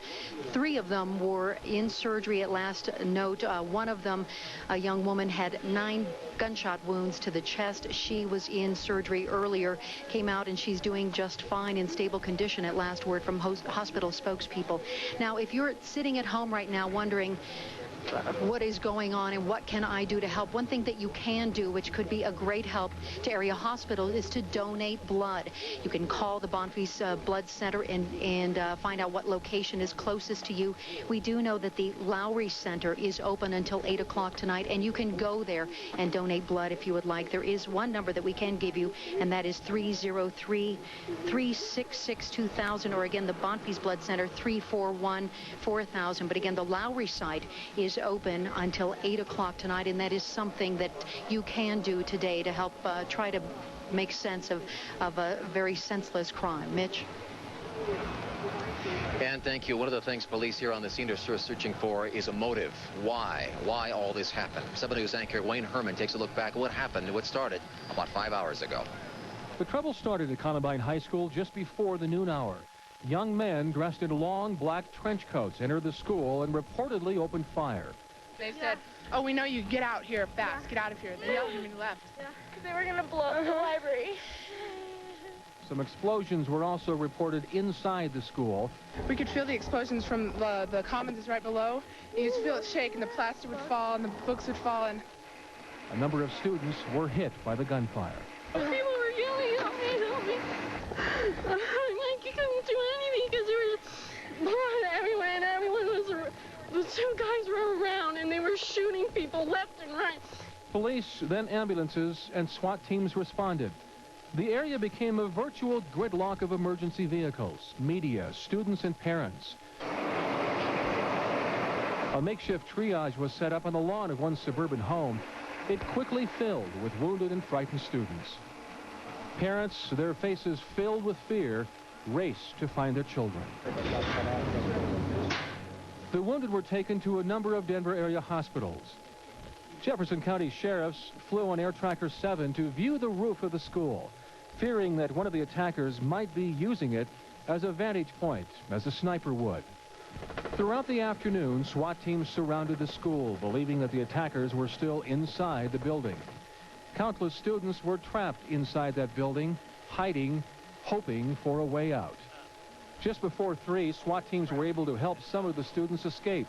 More and more students ran away from the school, their hands held over their heads to show that they weren't armed or involved in the attack.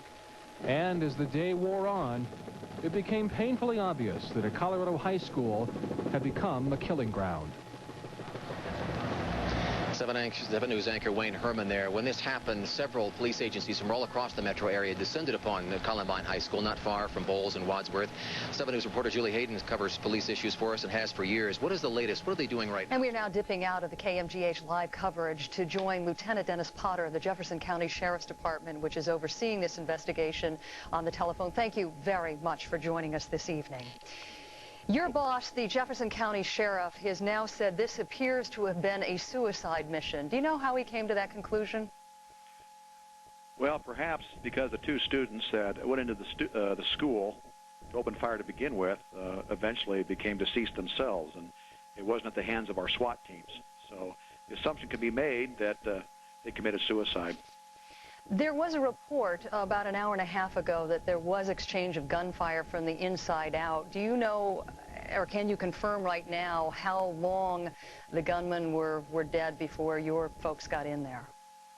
Well, our SWAT team was in the school for probably 30 minutes after the last shots were heard. So I'm guessing that the SWAT teams were in the school for 30 minutes after the suspects were already deceased. A number of witnesses have described 3 gunmen entering the school, first starting the parking lot and then going into the library area. Can you confirm for us this evening whether there was in fact a 3rd suspect? Well, we know of 2 for sure. We have made several other arrests, as many as 3, basically with the assumption that other people knew about this. But until investigators are able to interview all the students and the staff and witnesses, it's going to be hard to tell. But initially we knew there were at least 2, but we were not going to take any chances. And if we determined that there may be anybody else involved in this, that we would take them into custody, at least to interview them. And sir, the 2 you know for sure, are those the 2 men that are now dead? That's correct. And is it also true that a bomb was found in one of those suspects' home? That's what I understand, yes. And did your people defuse it? What was the status of that bomb when you discovered it? Well, we've had several bombs in and around the school and at the person's home. Not only did the Jefferson County Sheriff's Office's bomb squad, but Arapahoe County's bomb squad helped us defuse these things. And even one of them, as I understand, detonated some distance from the school that started a small grass fire that the West Metro Fire Department put out.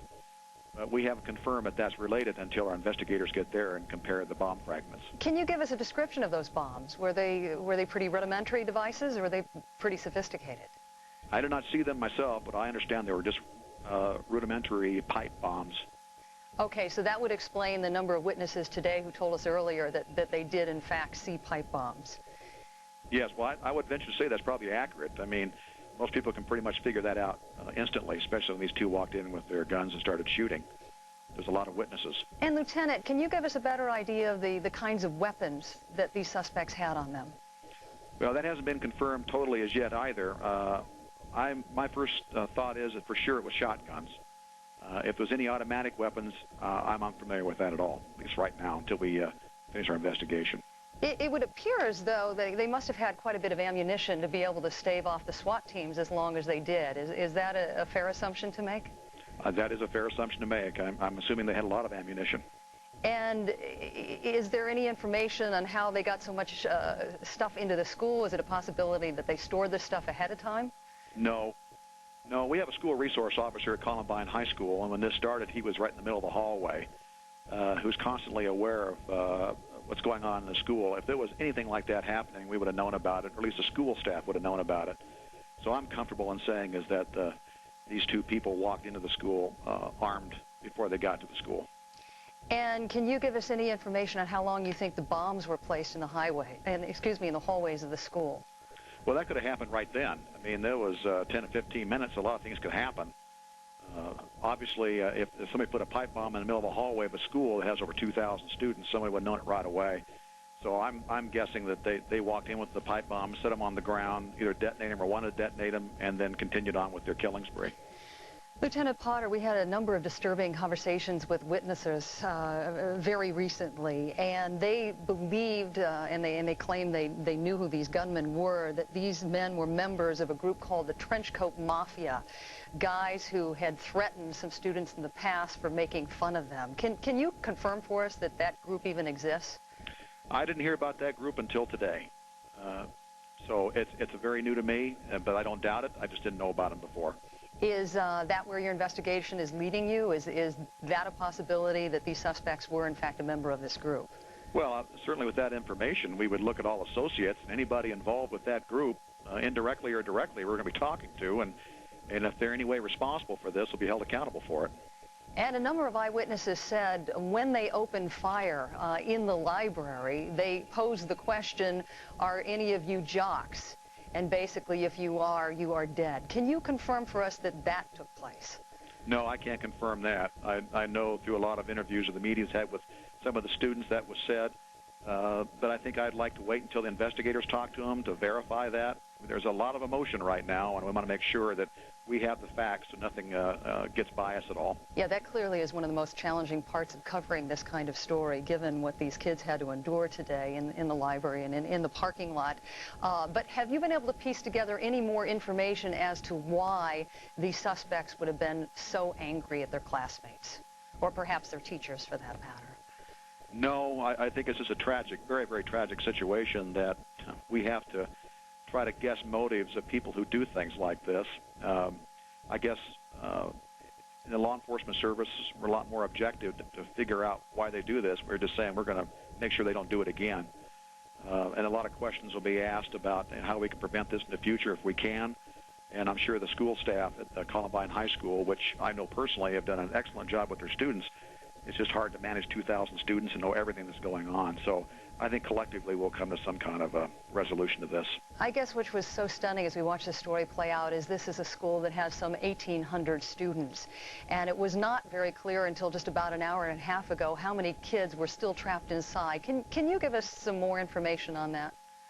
Well, I know that when our SWAT teams, our first responding deputies were there very soon and had set up a perimeter around the school. And some students are obviously coming outside doors and front doors, and we help them to get to safety. But soon after that, students and their teachers just locked themselves in individual rooms and closets and so forth. So the SWAT team, it's a very large school, so the SWAT team had to go room to room to room, checking closets and ceilings and everything else to find either suspects or victims in this school. So I'm thinking about as many as 300 students may have been in that school. We kept track for a while so we could tell our SWAT team, because they had a floor plan of the school, what rooms the students were in, how many students were there, because one of the things is that students were calling out to us on their cell phones. So we had communications with students in a lot of rooms throughout the entire afternoon. So we had a pretty good picture of what was going on inside. And did any of those calls come from close to where the suspects were, or all those calls came from outside the library? Well, no, there were the ones we were most concerned about at the time was the students up in the science area, where there was at least one person who was grievously wounded, and our SWAT team was doing everything they can to get to that person as quickly as possible. And it was, I guess, a race for time to get to that person in the science room. I still don't know who that is, but they finally got that person evacuated. But we were talking with them, and then on our phone conversations, we could actually hear the gunshots. Wow. And the exchange of fire that you all reported that came from inside out, that obviously came from one of those gunmen in the library, I'd assume, or had they moved to another place at the school at that point? Well, I think they're all over the school. My first impression that they had gone up and down hallways and second floor or the first floor. I do know that our investigators are going into the school now, and what they're gonna do is recreate what happened. And I think in a couple of days or maybe a couple of weeks we'll have a real good picture of exactly what happened this day. Do you have reason to believe that any more teachers or students are hiding inside, just horrified to get out of there? Right now, no, and the reason I say that is it took 4 SWAT teams. We joined our SWAT team with 3 other agencies. I think it was Inglewood, Denver, and Littleton SWAT teams to go inside the school, and we searched everything because we were even told that students had gone up into the fake ceiling to escape the gunman. So our SWAT team had to, we searched everything, including the ceilings, and when you have a school that large, it takes time, but they did search it. And then they have left the school and secured it, and they're satisfied that there is no one in that school left in that school that they need to find. Lieutenant, as you were speaking, we were looking at a horrific picture of an injured student. It appeared as though his complete right arm had been disabled by a gunshot wound, basically falling over a shattered window pane here, and then down into the arms, I'm told, of some sharpshooters. How many situations were that where students had to take this kind of courage to get out of there? Well, there were several instances where the students wanted to break the windows and actually get out of the building. We tried to stop them from doing that initially. I know they were scared and they wanted out. We were concerned that our SWAT teams knew where they were. And as long as they stayed huddled up on the floor in the corner, our SWAT teams would take care of it. And as soon as they would break out of a window to escape, that could possibly put them in a line of fire. But I do know that did happen, and that took some extreme courage by students to make that move. Oh, to watch that picture is just horrendous. You said your sharpshooters had contact with some students in some of the other classrooms outside of the library. Did those sharpshooters try to keep these students calm, or were those students doing a pretty good job of that themselves? Well, our dispatchers each took a phone and spent almost 2 to 3 hours on the phone going one-on-one with the student or the teacher in each individual room that we could contact. And I think collectively, almost like a partnership between them and our dispatchers, who became immediate negotiators, they kept a tremendous sense of calm, and that really helped us, especially when the SWAT teams got to outside the door, because they were able to give us pinpoint information that we could relay back to the SWAT team. So I think it was just a wonderful joint effort, and just a sad way to do it, but between dispatchers and very courageous students and teachers, it helped the SWAT team clear that building quicker. Well, it's extraordinary that you were able to get things set up so quickly. What did the dispatchers report back to you? What were the students telling them as you were trying to enable the SWAT team to move into this perimeter area? They were hearing noises. They heard noises. They thought maybe the suspects. If we knew the SWAT team wasn't there, we would tell the SWAT team they heard noises, and the SWAT team would respond to that area. Some students and teachers were very concerned about injured classmates or injured teachers. And I know of one case, a dispatcher gave, I think was a teacher, instructions or a student instructions on giving CPR to a wounded person at least twice. One time they were certain the person had died, but the student was able to bring that person back to the use of CPR through instructions from a dispatcher. So I mean, it was an unbelievable collaborative effort between rescuers and those being held in that school. Well, you deserve tremendous credit for trying to get all of that under control. Lieutenant Dennis Potter, thank you very much for bringing this into perspective this evening for us. Thank you. We appreciate your time. We have now dipped back into the KMGH live coverage of the aftermath of the shooting, and we rejoin their coverage at a news conference at the Swedish Medical Center, where a number of the injured students and teachers were taken. Operating room. All 4 patients did require an operations right now. 2 are going to the regular floor. 2 are going to the intensive care unit. I can describe each patient by the injuries so you guys know what's going on. Is that right? Yes. Okay. The first one is a female, sustained what was reported as 9 gunshot wounds to the chest. What it was actually was more than 9 injuries, all from shrapnel, more than gunshot wounds, to the breast, abdominal wall, chest wall, and left forearm. We did an operation on her, and she had no vital injuries no vital organs that were injured. She did have a lot of soft tissue injuries to both the breast, the chest wall, abdomen, and her left forearm. Neurologically, she appears to be intact in terms of her function of her left arm, so there does not appear to be any nerve or vascular injury to that area.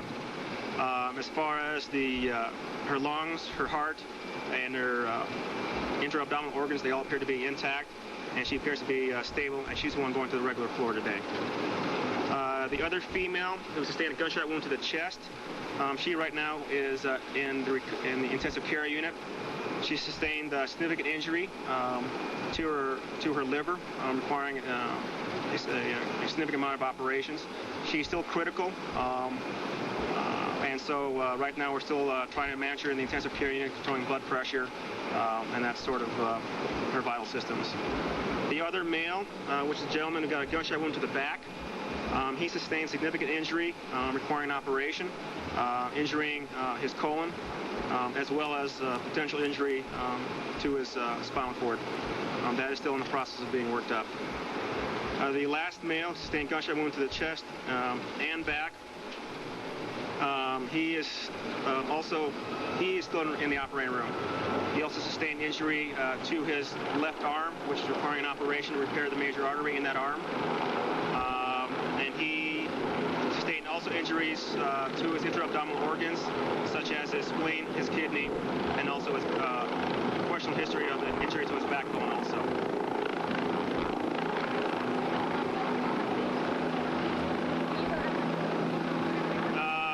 Right now,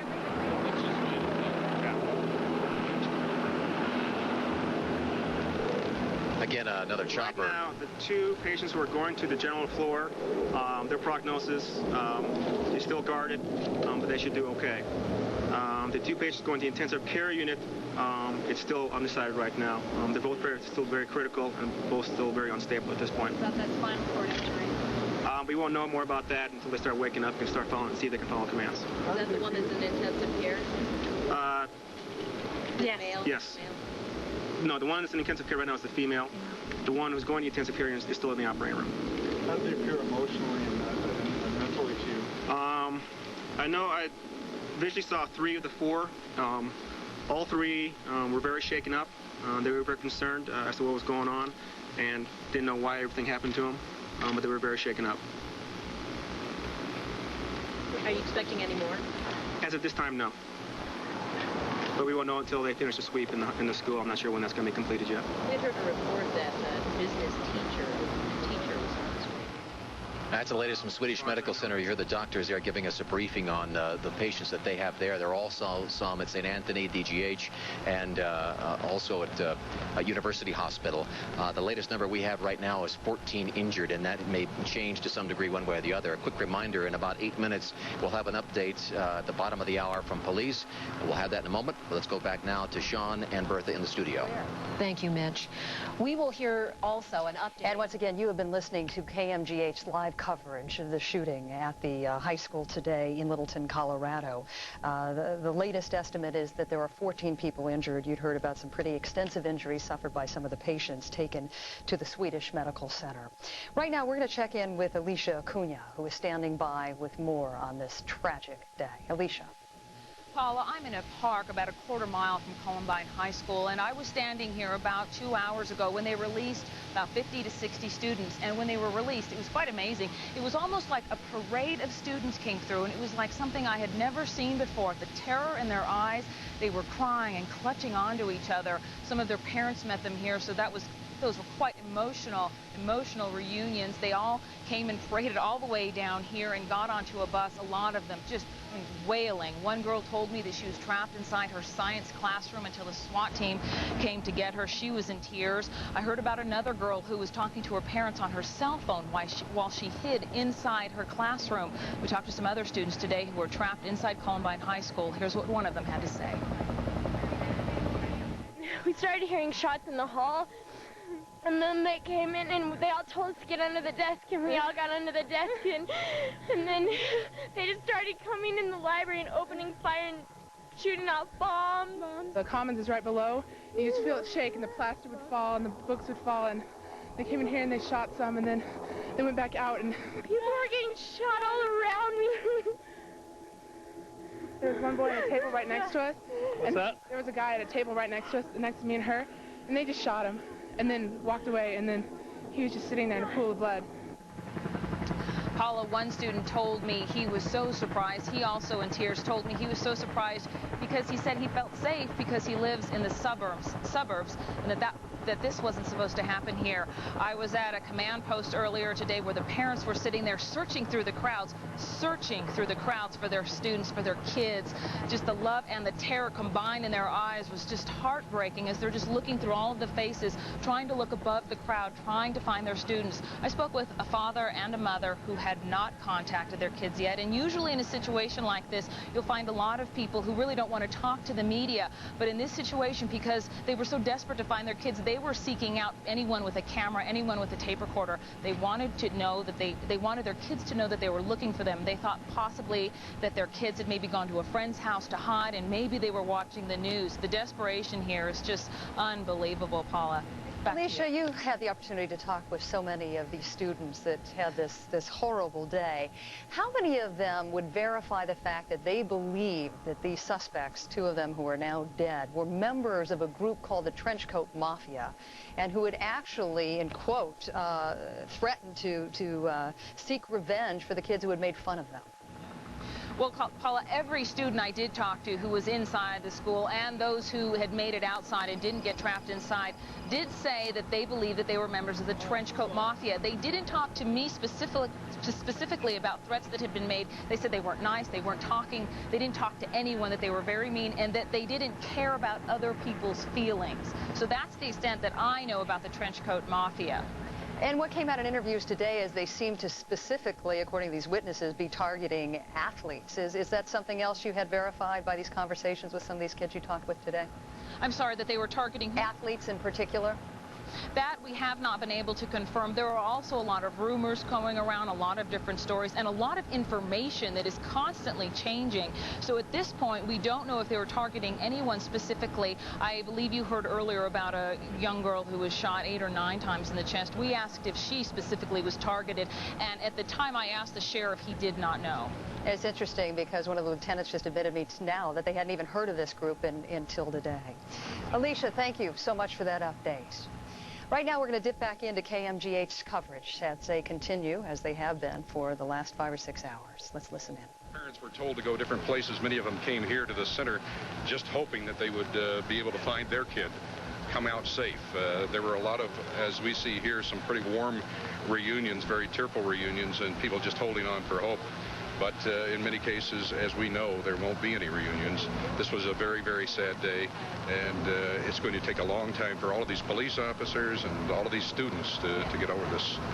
And, you know, adding to the trauma of this whole thing with parents waiting at the sidelines trying to figure out if their student, their son or daughter has made it, the police had to first make sure the students that came out of the building were okay physically, and then had to debrief them, in essence, so they might be able to track down the gunman before any others get hurt. So there was even a delay getting them to their mom and dad. Yeah, it was just incredibly traumatic for people this age, people our age, people any age.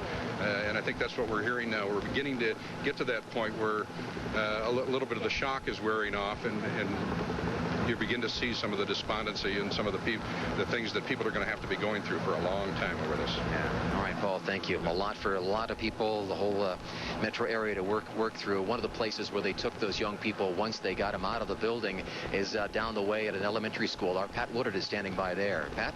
Yeah, Mitch, this is Leawood Elementary School, and this has been the site of really a lot of incredible drama all day long today. This is where parents were told to come to check on the status of their child, and what they would do is they would shuttle the students over here, and they would then have them sign in, put up a big list, and then the parents would come and check that list and see if their child's name was on it. Well, a lot of people came here and spent an awful lot of time here without any sort of information. They'd look at the list, they'd see that their child's name was not on there. They'd call family, they'd call relatives that lived in the area, friends, anyone who might know the whereabouts of that child. But for many people, it was just a case of waiting all day and not really getting any information. A lot of people were angry about it. They said that they certainly felt that they could have been given more information that they were being given. But on the other hand, you have to realize that information was coming in slowly here, and the people who were giving that information out were really doing the best that they could. What we've seen all day long are a lot of reunions when buses would pull up, and there would be children aboard those buses who had come from Columbine High School, and they would then get together with their parents, have a reunion, and a lot of them would get out of here as quickly as they could. As you can imagine, this area has really become kind of a media circus in a lot of ways. This has turned into a huge international story, and there are media literally from all across the country who are camped out in front of Leawood Elementary here, hoping to find out more information and talk to people, witnesses who saw what happened in the school, as well as parents who are being reunited with their kids. Not an easy day for anyone, but for most of the families who came here, at least it is ending, and they are reunited with their child. Okay, Pat, thank you. We appreciate that. Certainly a bittersweet reunion for many of those people, since they didn't know whether their classmates and their friends made it out, and the teachers too. We've got a few choppers overhead. It's a bit noisy on our end. I can tell you in a matter of moments, President Clinton will be speaking. Also, we'll have an update from the police, as they promised at the bottom of the hour. While we're waiting for those few things to happen, let's get the latest from police from Julie Hayden. Julie, what have you heard? Well, I've been talking to some police officers as they've been leaving the building. We're told that the building has been cleared now. They found at least 4 pipe bombs outside the school that were unexploded. Apparently, earlier in the day, a pipe bomb set on a timer at Chatfield and near Chatfield and Wadsworth, Chatfield Bowles in that area, was set off and did explode on a timer. Nobody was hurt there, but that happened about the same time that all of this was going on. Again, they have gone through the building and cleared it, and they're beginning now to process the crime scene. You know, we've been standing out here, Mitch, watching these anxious parents waiting to get word, and you know, you can just see how horrible that's been for them. Also, when talking to some of the police officers, many of them are saying this is the worst thing they've seen since, for instance, being in Vietnam. They talk about seeing just kids literally lying everywhere. Apparently, they say the suspects were going through, stalking the other victims. You know, they were seeing them hiding under desks, hiding under chairs, hiding behind things, just going around and shooting them. Some killing them, or killing some of them just leaving them with massive injuries. One officer was talking about, and I think we saw some video of this earlier, one young man who was injured at a window trying to decide whether to jump or not, and they were afraid he might get shot yet again, and then the SWAT team had to go in and rescue him. Obviously, the kind of thing that gets to the police officers there. We overheard one officer talking to his family on the phone and asking his wife to just go kiss the kids for him. Just the kind of thing, I think, that hits home to everybody. I know I have a daughter. She called me. Her school had been locked down. So this is the kind of thing that it's hard to imagine, and it's hard to comprehend just how much it hurts people when it happens. As they try to piece together why and what happened here, one of the things that seems to be clear even this early stage, this seemed to be something that was thought out and plotted out. I think absolutely. I think they think that this timed bomb, I mean, a bomb set in a timer, that's a fairly sophisticated device for anybody to make. And I think that that's the kind of thing that obviously they planned ahead of time. It was set to go off as they were launching whatever this assault was that they were doing on the school. Behind me here in the park, they've been, behind us here, you can't really see it, but they've been setting off some of the other pipe bombs that they found inside the school. Others. All of them were able to go off. So these kids clearly were prepared. They knew what they were doing, and they had things booby-trapped. Okay, Julie Hayden, we appreciate that update on the latest from the scene here at Columbine High School. Let's get an idea of the progress being made on those victims taken to some of the medical centers around the area. Let's go to Ann Trujillo at Swedish. Hey, Mitch, actually making good progress here. They have just finished giving us a briefing from the surgeons who were dealing with the 4 victims that were brought here to Swedish. One girl, the girl who we originally was told had 9 gunshot wounds. They think now that it's really shrapnel, and so they were able to stabilize the girl, and she's actually on a floor now being taken care of, and so she's in much better condition than what they originally thought when they brought her in. They do have another female who is in critical condition right now. She's in intensive care. They tell us that she has some injuries to some of her vital organs, and so they are watching her very, very closely right now. There's a male who has a gunshot wound to his back who is guarded but stable, and then another male with a gunshot wound to the chest, back, and left arm, and is still undergoing an operation, will go to intensive care here. So that's the status right now of the 4 who were brought here to Swedish. Back to you, Mitch. Thank you, and of course we're covering several facets of this situation here, and one of those is of course the constant updates we're trying to get from police as they too piece together what happened and what occurred here today at Columbine High School. One of the things we've noticed this afternoon is the number of people that have been coming in and out of the school area, and keep in mind this was a relatively large campus and it had 2,000 students. I'm getting a signal now that the news conference seems to have begun, so let's switch over that and listen in. We're ready? Okay, as far as any update, right now there is a second SWAT team that's sweeping the building just as a precaution. Since our SWAT team spent so much time in there, they're going to take a breather, and the second one's going through just as a precaution. However, we feel like we have everybody out. The 2 suspects appear to have died from self-inflicted gunshot wounds at this time. The earlier information about a 3rd suspect seems to be a little sketchy. I talked to the people in charge of the investigation, and that 3rd party isn't necessarily considered a suspect at this time, just an associate of maybe one of the suspects. So as far as the actual shooting, we believe that the 2 suspects that we have found inside at this time anyway are the only 2 that, at least as far as now, that we're looking at. The number of fatalities is still unconfirmed. Earlier, the sheriff was talking about upwards of 25 fatalities. The investigators have told me that at this time they hope that number is high, but it certainly could go that high. And the number of victims that have been transported that are injured, the last I heard was close to 20 injured at area hospitals. Those injuries range everywhere from a very small injury or very light injury to something pretty serious. We have crime scene lab people from our department and from several other agencies in the area now that are going to assist us. There's a tremendous amount of evidence to log and to catalog and to take in. So we expect to be here for quite some time, probably into the next several days.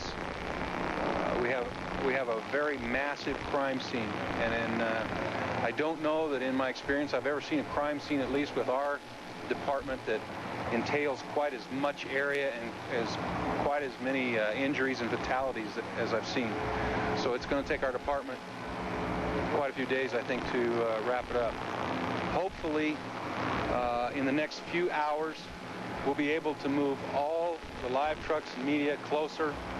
There's a parking lot within inside the Plymouth Park that I'm going to try to be able to get everybody into just as soon as we possibly can, where you can get some shots of the school and all.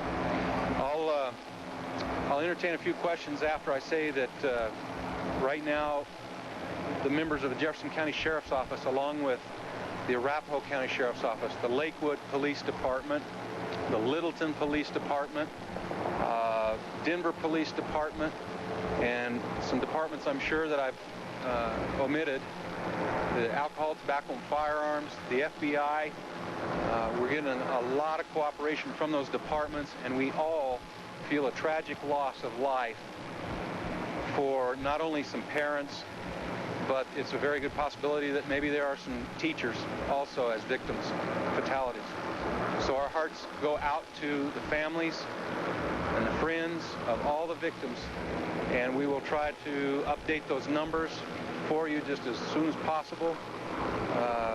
I will try to keep you updated hourly on the half hour and I'll just take a very few questions, and then I'm going to try to get back and get some information. Yes? That's still unknown. The scene is as we found it. Nothing's been moved or touched, and I assume it won't be for a long, long time, several hours, because it'll take our lab people a long time to go in there and sketch the crime scene room by room. We are working on getting some maps for you people about on the layout of the school. That'll show you where the rooms are and which room is. Sir, can you explain the difficulty in counting the bodies in there? It would seem that even though it's a widespread area, you must have some idea of how many bodies. I think one of the difficulties right now is that there are more than one SWAT team that's been utilized, and they have possibly split up the building in different quadrants. So it's a matter of totaling all that information, and rather than throw out a number to you, I'd rather get a good count, and like the sheriff was saying, hopefully no more than the sheriff said. Yes. As far as I know, I think there were some outside the school. Whether they were fatalities or not, I don't know that. Pardon? I don't have the names of the suspects, no. Are they male, and were they members of the Trenchcoat Mafia? As far as I know, they're both male. And again, the Trenchcoat Mafia is news to me. I haven't heard it until today, so I'm not real familiar with them. Not that I know of. Huh?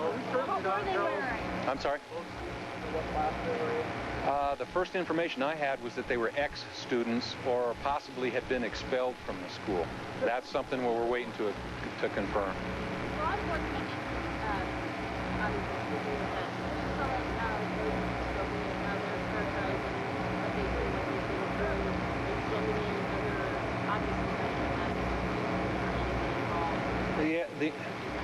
The only reports that I've heard, obviously, are from some of the SWAT team members that were inside and some of the radio traffic that they had while they were inside. And I heard words like grisly and gruesome, sad, tragic.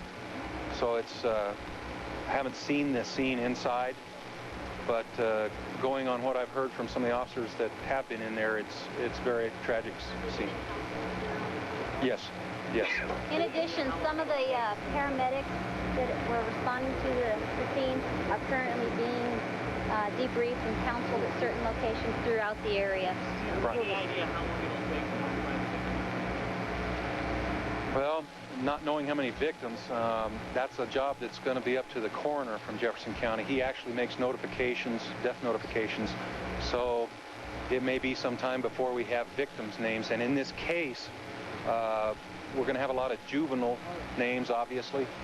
I think we can release juvenile names if they are fatalities. However, a juvenile that's just an injury, I probably won't be able to release a name just because of the Colorado statutes. Yes. Did you say that the gunmen are dead of self-inflicted wounds, and are you certain that all of the people involved in the gunmen are dead? They're accounted for? At this time, we believe that to be true, and we believe that they were self-inflicted gunshots. There is no indication that any officers of the SWAT teams shot or did any shooting inside the building. Did you have a community officer in the building on regular? We have an officer that is assigned to that school, and quite frankly, I don't know if he was there today or not. I haven't seen him on scene. Now, this was the cafeteria and moved to the library? I'm sorry? Do you believe that it started in the cafeteria and moved to the library? I don't know exactly which way it went. I do know that there was shooting in both the cafeteria area and the library. Which was first, I don't know. I really don't know. Hopefully we'll have a map for you. And the library is right above it? I'm sorry? I think they have some names, but I can't confirm those at this time. So did they kill themselves once they moved in or right after the rampage? Yeah, I don't know what the timeline is on that. I don't know. I really don't know. Not that I'm aware of. The report that the third suspect was taken in was identified by one of the survivors as being true. As I was saying earlier, apparently the information on the third suspect was something that was premature, and we don't believe that he was actually a suspect involved in the incident. Apparently he is a known associate or friend of one of our suspects, and that's where that information came from. I don't know. I really don't know. Do you have any information about either of these suspects who are dead now? Previously, making any statements saying that they were planning something like this or talking that would indicate that Not that I'm aware of, no. Did you find bombs and whether There seems to be some devices that were found. It's unknown whether they are explosive devices or not, but because of the explosions that our deputies heard when they responded, the bomb team has been brought in and will deal with those devices as they see fit. I assume that they will treat them as though they are live bombs. That's Steve Davis with the Jeffco Police Department there telling us that he has never seen a crime scene quite like this. In fact, we've talked to a couple of officers off camera, and they tell us it could be a long, long time whether we're able to open up Columbine High School because of the damage done by those explosions and by the gunshots in there and the sheer tragedy of what went on inside that school today. As you hear Steve Davis say, they believe the 25 dead, although that number could go up, it may go down. He also confirmed for us that there was not a third suspect, as was the case for a while, what police thought. There were actually two, and they are believed to be two of those that are among the dead. And now the SWAT team and the bomb squad is making a sweep through that school once again to make sure there are no other booby traps of sorts, some explosive devices. One of the places where they took students today, once they got them outside that school, was down the way at Leawood Elementary School. Our own Pat Woodard is standing by there. Pat? That's right, Mitch. We are here at Leawood Elementary School, where a lot of reunions are still going on. Families being reunited with their loved ones, the children that are students at Columbine High School and then leaving. But you know, we mentioned the terrible tragedy of this, and how do you cope with that? Well, for that, we're going to turn to Steve Poos-Benson with Columbine United Church. Steve, in a situation like this, a tragedy of this magnitude, people are going to have incredible spiritual needs. Let's talk about what the churches in this community are going to have to do to cope with that. The churches are going to have a lot of work supporting the people, being with the people, listening to the people, because there's an outpouring of grief. I mean, you can just look around you and you can see nothing but broken hearts. But the exciting thing for me is that the churches and the pastors flooded to this entire area and have been here ever since the crisis happened. There's just a lot of listening and caring to people, caring for people. You know, in listening to some other people, they were comparing this situation, at least in some measure, to Oklahoma City a few years ago in terms of the way the community comes together, and kind of describe what that process is going to have to be here. I think people are going to have to set aside any type of barriers that used to divide them and separate them. It's something that the clergy in this area have been trying to do for so long, is to bring the community together. We're going to set aside all differences and find common ground, to care about one another, love one another, support one another through this, because the real work really just now begins. You were saying that this is suburbia, but we can't be complacent and believe that this sort of thing doesn't happen out here, because you've been in suburbia for a while and you've seen it. I have been in this community for 15 years, and along with the other pastors in the area, have been crying that people pay attention to their backyards of their lives. Everybody puts on this big facade that their front yard of their life is really fine, when there's tremendous amounts of violence and pain and undealt with issues that we want to remind you all that you are listening to KMGH TV's live coverage of the shooting at Columbine High School in Littleton, Colorado. It is now believed that it looks like there could be a death count of 25, injuries in the neighborhood of 20. The Sheriff's Department confirming that a second SWAT team is now sweeping the building as a precaution. 2 of the suspects are dead from self-inflicted gunshot wounds. There was a point in the day where they thought there was possibly a third suspect involved. They say the information is still sketchy, but at this time they believe that person, who is alive, to have been an associate or a friend of one of the other suspects. It also has been confirmed that a bomb was found in one of the dead suspects' homes, and several bombs were found throughout the school and at an intersection nearby the school. Right now, we continue to await for the president to make his public remarks about this terrible tragedy in Littleton earlier today. He did ask Americans to pray for the victims of this terrorized Columbine High School. Here's the president.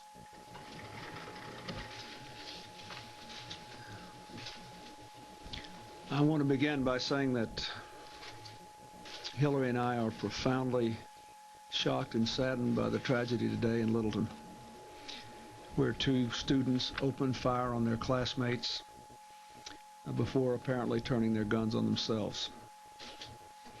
I have spoken with Governor Bill Owens and County Commission Chair Patricia Holloway and expressed my profound concern for the people of Littleton. I have spoken to Deputy Attorney General Eric Holder, and who, along with Attorney General Reno, is closely monitoring the situation. I've asked the Attorney General and the Secretary of Education to stand ready to assist local law enforcement, the schools, the families, the entire community during this time of crisis and sorrow. A crisis response team is ready now to travel to Colorado, and I strongly believe that we should do whatever we can to get enough counselors to the families and the children as quickly as possible. I know the other communities that have been through this are also ready to do whatever they can to help. I think that Patricia Holloway would not mind if I said that amidst all the turmoil and grief that she and others are experiencing, she said to me just a moment ago that perhaps now America would wake up to the dimensions of this challenge if it could happen in a place like Littleton, and we could prevent anything like this from happening again. We pray that she is right. We don't know yet all the hows or whys of this tragedy. Perhaps we may never fully understand it. St. Paul reminds us that we all see things in this life through a glass darkly, that we only partly understand what is happening. We do know that we must do more to reach out to our children and teach them to express their anger and to resolve their conflicts with words, not weapons. And we do know we have to do more to recognize the early warning signs that are sent before children act violently. To the families who have lost their loved ones, to the parents who have lost their beloved children, to the wounded children and their families, to the people of the community of Littleton, I can only say tonight that the prayers of the American people are with you. Thank you very much.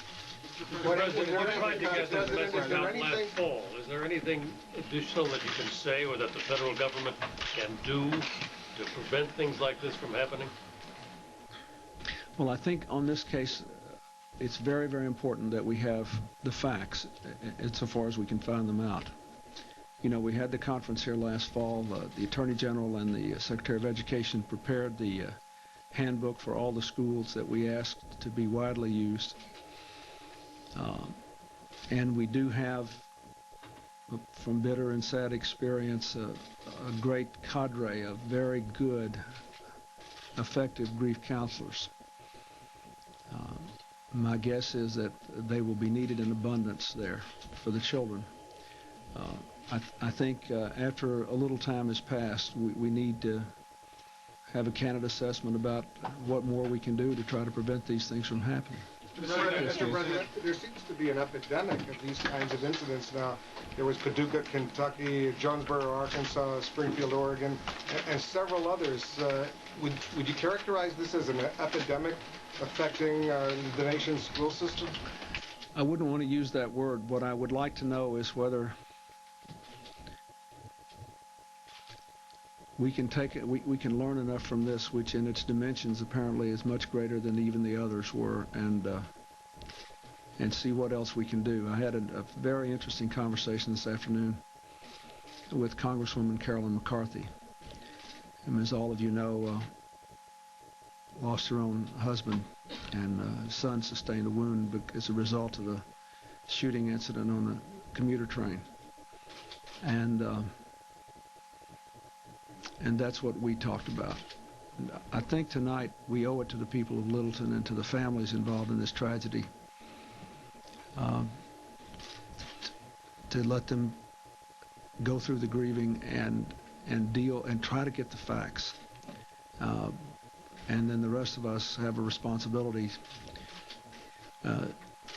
to do everything we can to make sure this doesn't make 1999 a year like last year, that we don't have another rash of this, that we really can be more effective in preventing it. And I wish I could say more tonight, but I don't think I can. Mr. President, have you been told, sir, that the death toll is as high as the 25 figure that we've heard? And secondly, sir, every time one of these things happens, we go through this course of hand-wringing and say, we've got to stop it from happening again. Is there anything specific and concrete that you'd like to see happen that hasn't happened yet? Well, I don't want to make it. There are, but what I would like to do is take a couple of days, because we don't know what the facts are here. And keep in mind, the community is an open wound right now. They have suffered as much as anyone can suffer. This is the largest group of fatalities, whatever the numbers are. And I've heard various numbers, even as much as 5 minutes ago, right before I came out. I'd like to answer that question, but I think anything I say tonight could only add to the pain of the people in Littleton and not serve to solve the problem. So I will answer that question when I have more facts and after we let a little time pass. Mr. President, you're afraid that people will wake up. Wake up to what, sir? Well, I think, there are a lot of kids out there who have access to weapons, and apparently more than guns here, and who build up these grievances in their own mind, and who are not being reached. And it's not just Littleton. We know that now. We've had lots and lots and lots of places. So I don't know how many of you have been there, but I've actually been there. I know the community, and it's a wonderful place. And I think I can't do better than what Patricia Holloway said, the commission chair. If it can happen here, then surely people will recognize that they have to be alive to the possibility that it could occur in any community in America, and maybe that will help us to keep it from happening again. But you know what we put out before, the efforts we've made, and I just think that tonight we need to focus on the families that lost their kids, on the children that are wounded, on the grieving of the community, and give this thing a day or two for the facts to emerge, and then I'll try to have more to say to you. On just that point, Mr. President, at the time you had that conference last year, your administration said that students are still safer sitting in a classroom than they are walking down the street. Do you think Americans still think that's true? Well, statistically, for all the whole 53 million kids in our schools, it's true. But, from the facts we're hearing about what happened at this school and the possibility that explosives were out there, that hand grenades were available, that other things were there, that it obviously wasn't true there. That it was obviously the most dangerous place in Colorado today. So I don't want to, but that shouldn't make people believe that every school is in danger. What it should make every community do is to study this handbook we put out and see what lessons can be learned here. But again, tonight I think the American people ought to be thinking about those folks in Littleton.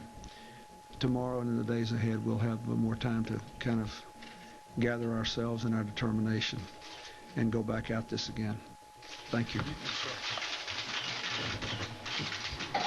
Just been listening to President Clinton's comments on that terrible shooting at Columbine High School in Littleton, Colorado. The president talked about how shocked and saddened he was by the news of the loss of life and the injuries. We know right now that the death toll could climb to 25. The injury count now stands at 20.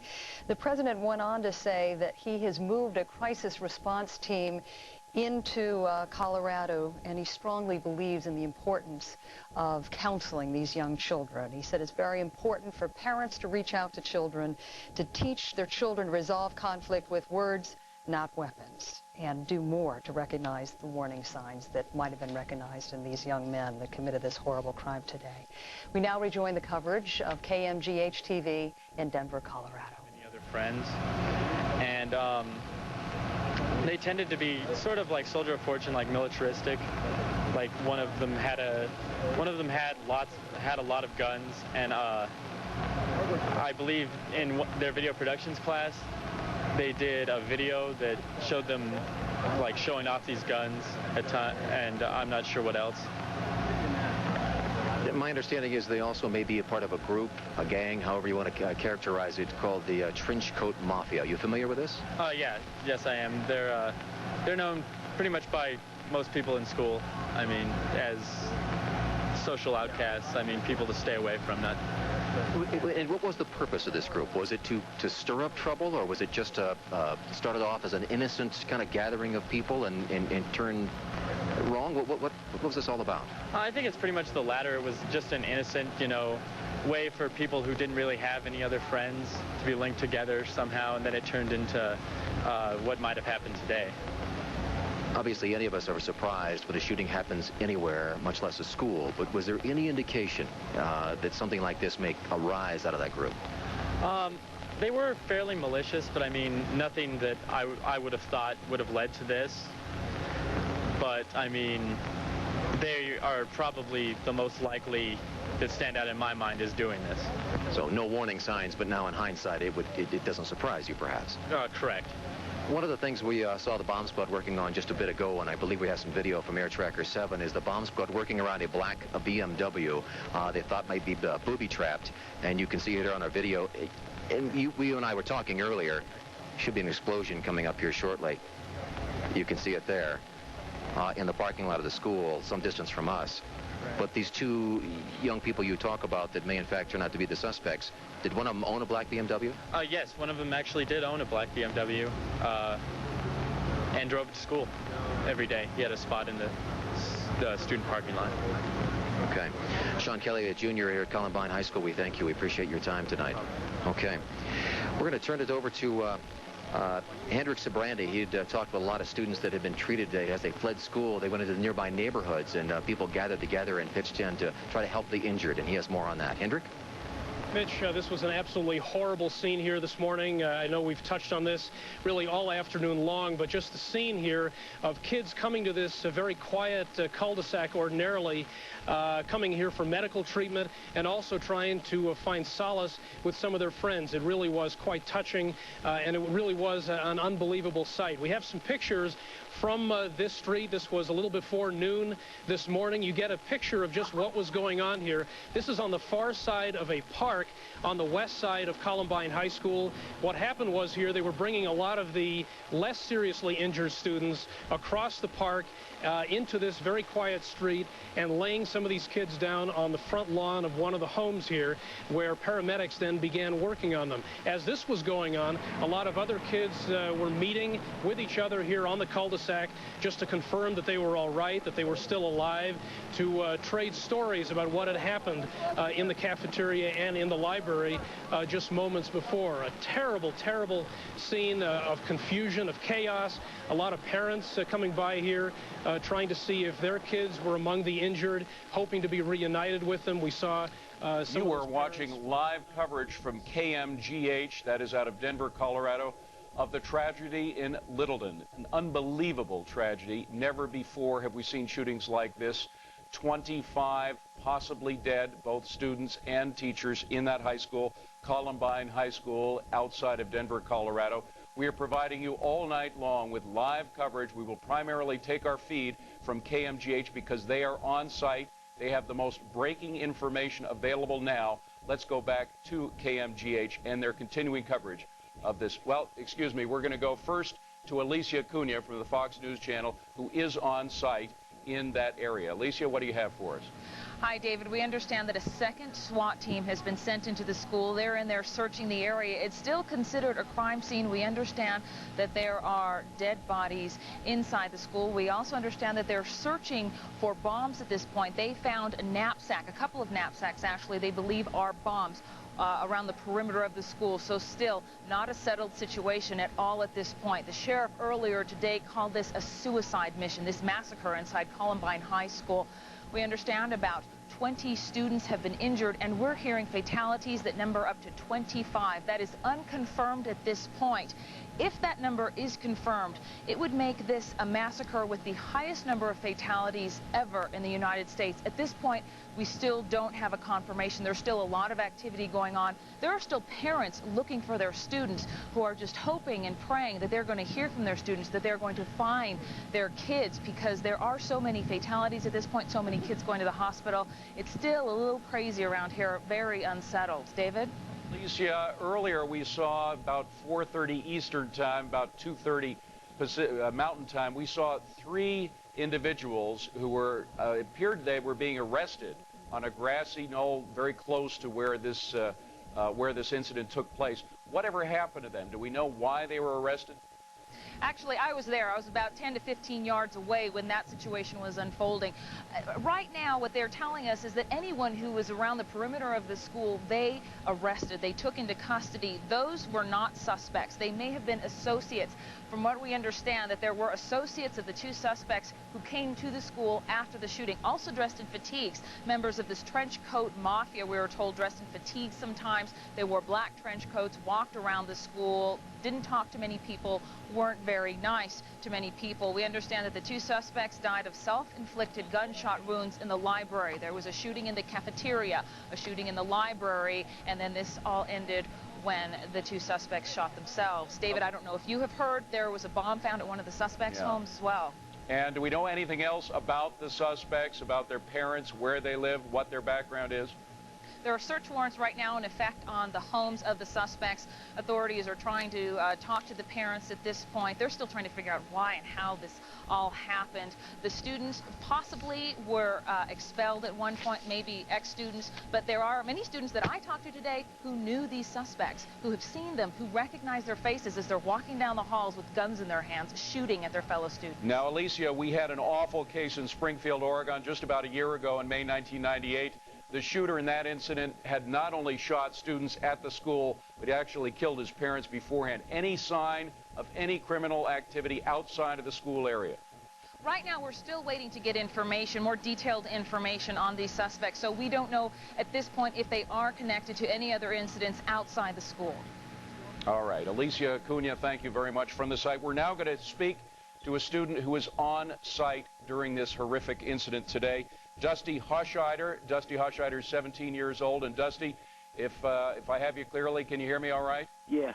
Dusty, explain for us, first of all, where you were when the shooting took place. I was like kind of sitting down in the cafeteria. It's called our Commons. And just sitting down there eating lunch with a couple of my friends. And then we hear these 3 kids running through the side of the Commons saying somebody just got shot outside. You say you heard these 3 kids running through the Commons? No, we saw the kids. We saw them running. And then they said somebody just got shot outside. Did you actually see any student being shot, Dusty? I saw them after they shot. When I ran out of the building, they were laying there. Did it seem as though they were targeting particular students, or were they just shooting at random? Well, people said that I talked to that were in there earlier, they said that they were aiming towards like jocks and minorities, kind of. Do you know the history, the background of these individuals at all? They were like members of like their own little group. They kind of dressed kind of grungy. They weren't friends with a whole lot of people. There were only like 5 or 6 of them, and they just kind of stayed within themselves. Dusty, there have been some reports that either one or all of these kids had either been expelled or kicked out of school before. Do you know anything about that? I think there was one, but he was expelled, but the 2 that actually did it, they shot everybody, they were still in school. Now, Dusty, were there any accomplices? To the best of your knowledge, was it just those 2 who apparently committed suicide, or were there others involved? To my knowledge, it was just them, but they said there might be a couple more that were involved. Who, you say they said, who was they? Police and some of the stuff on the news said that there might be a couple more. Like there was one guy in a house or something shooting people with a rifle, but I'm not sure. And have you talked to your friends about this incident? Yeah, I talked to most of my close friends. What is the mood? What's going through your minds at this point? Nobody really knows what to do. We're all kind of just confused because it happened so fast and everything. I mean, you just don't expect it ever to happen. Was there any access to guns, easy access to guns for the students there? I mean, how do you think these kids went about getting the guns that they used? Well, I don't know. I think if you're 17, 18, you could probably get a gun, but I'm not sure how they got them, if their parents had them or not. But now, Dusty, going once again back to the incident today, when it first began, what did you do? How did you know how to protect yourself at that point? First we just kind of sat there and kind of ducked a little bit, but I didn't see anything. I just heard stuff. I didn't even hear any explosions yet. But then we heard an explosion in the parking lot. Then everybody started to run, so that's when I just got up and went back into the kitchen. You heard an explosion outside and you ran into the kitchen. Yeah. And then what happened, Dusty? We were sitting in the kitchen, and then we were getting ready to go back out in the commons to see what happened. Then, like, 3 more explosions happened, and we heard a bunch of gunshots and stuff. So we didn't know if they were right outside, because it sounded like they were right outside shooting towards us, but we weren't sure. Then we all ducked, and we just started to go out towards the doors. And we went out there. There was one of the janitors sitting there, and then there was a kid that was shot laying in the doorway, and then there was, like, 3 more kids outside that were shot. Now, there have been reports, Dusty, that as many as 25 of your classmates and possibly teachers have been killed in this incident. Yeah. Did you see any of the dead lying on the ground? No, didn't see any of the dead in the library. I just saw the kids, like 4 kids that were laying outside. But I'm not sure if they were dead or not. And how did you actually make it to safety? We just started running through the parking lot as fast as we could. So you were not... the SWAT team did not intercede. No, we weren't. I got out before the SWAT team ever got there. When we left, there was only like 6 cops there. It was right when it happened. All right, Dusty Hochscheider, we are very glad that you made it safely. We appreciate you coming. We have also with us now Craig Silverman. Craig Silverman is a former district attorney from the Denver area. Craig, are you there? Yes, I am. Hi, David. Craig. Craig, what do you know? What's the latest information coming out of the Denver area about this incident? I'll tell you what, I was just walking over here through the streets of downtown Denver, and people are stunned, shocked, numb. The only thing I could compare it to is a presidential assassination. And, Craig, is there any explanation at this point that anybody's come up with, or is this just a completely unexpected incident concocted by 2 crazed individuals? This is a completely out of the blue situation. You have to understand that Littleton is a fairly affluent suburb of Denver. When people heard about this happening in Littleton, it came as quite a shock to all of us. And to have this level of loss of life is just stunning. Way back in the late 50s or early 60s, there was a plane blown up out of a Denver airport. I think over 20 people lost their life, but other than that, we've never had a tragedy like this in Colorado. Now, Craig, obviously, we don't know all the details, but it appears that the 2 people responsible for the killings killed themselves. They committed suicide today. That's what the police and the authorities are now saying. Do you have any reason to doubt that it was just these 2 individuals responsible? In tracking the story today, I heard some of the witnesses talk about 3 suspects, so I'm sure the law enforcement is really interested in figuring out were there others who helped. Additionally, I'm hearing there were things on the internet and postings about this date, April 20th, being a date of doom, and indeed it was. All right. Craig Silverman, former Assistant DA for Denver area, we thank you very much. Thank you. We are going to go back to the coverage now from KMGH Television in Denver. Let's listen in. Coming in there and their SUVs being filled up with these students who then were transported to Leawood Elementary School for reunions with their families. Unfortunately, there may be as many as 20 to 25 reunions which will not take place. There will not be a happy reunion. This was recorded a little bit earlier today when all of this started happening. There was, of course, a traffic logjam surrounding the school. And you can imagine any parent that was coming up, they might even see their kids, as we're seeing now, run from the high school, run to safety. As Bertha mentioned, throughout the afternoon, Air Tracker 7 was showing you a number of students that were able to do that. As the SWAT teams were able to clear a certain section of the school, a certain class, they would come across these pockets of very frightened students and injured students, and they would try to get them out as soon as they could. I had a gun right to my head. He was sitting right to my left. Who was doing that? The kid in the trench coat. I didn't see him. I just looked at the gun barrel right there. And there's a girl on top of me. They said they were going to kill all the jocks. And us 2 both play sports, so I thought I was probably dead. That young man came face to face with the gunman who, for some reason, allowed him to survive. Yet now we know that there may be 25 others dead in that school building. Students, faculty members, staff members, we're not sure what the breakdown ultimately will be. But Columbine High School is changed forever because of what some gunmen did inside that school today. And we're changed forever because of that. Most certainly. President Clinton told us just a little while ago that a crisis management team will be heading here to Littleton, Colorado, and the president touched on the fact that he knows the community. He has been there, so there's kind of a personal connection there. We unfortunately have a little bit too much experience dealing with this, and the president touched on this also. There have been similar school shootings at Pearl, Mississippi, at West Paducah, Kentucky, at Jonesboro, Arkansas, and Springfield, Oregon. Unfortunately, we are now adding Littleton, Colorado to that list. Littleton, Colorado will be notorious around the world for this incident that happened. And it hurts. It hurts to know that this happened to our kids and to that school community in our hearts. And it hurts to think that it happened here, because Littleton will forever be marked by that. This series of school shootings began in October of '97, as you mentioned. Pearl, Kentucky, Paducah, Jonesboro, Arkansas. The last one was May 21st in Oregon, Springfield, Oregon. 2 people killed, 22 people injured. This tops that. If we have 25 people dead at Columbine High School and 19 others injured in area hospitals, almost 20 people have been transported to emergency rooms. Oh, this is quite a title that we really don't want to have. This has been a day of terror and tragedy. 7 News anchor Wayne Herman takes a look back. The trouble started at Columbine High School just before the noon hour. Young men dressed in long black trench coats entered the school and reportedly opened fire. They said, "Oh, we know you. Get out here fast. Get out of here." They yelled when you left. They were going to blow up the library. Some explosions were also reported inside the school. We could feel the explosions from the commons is right below.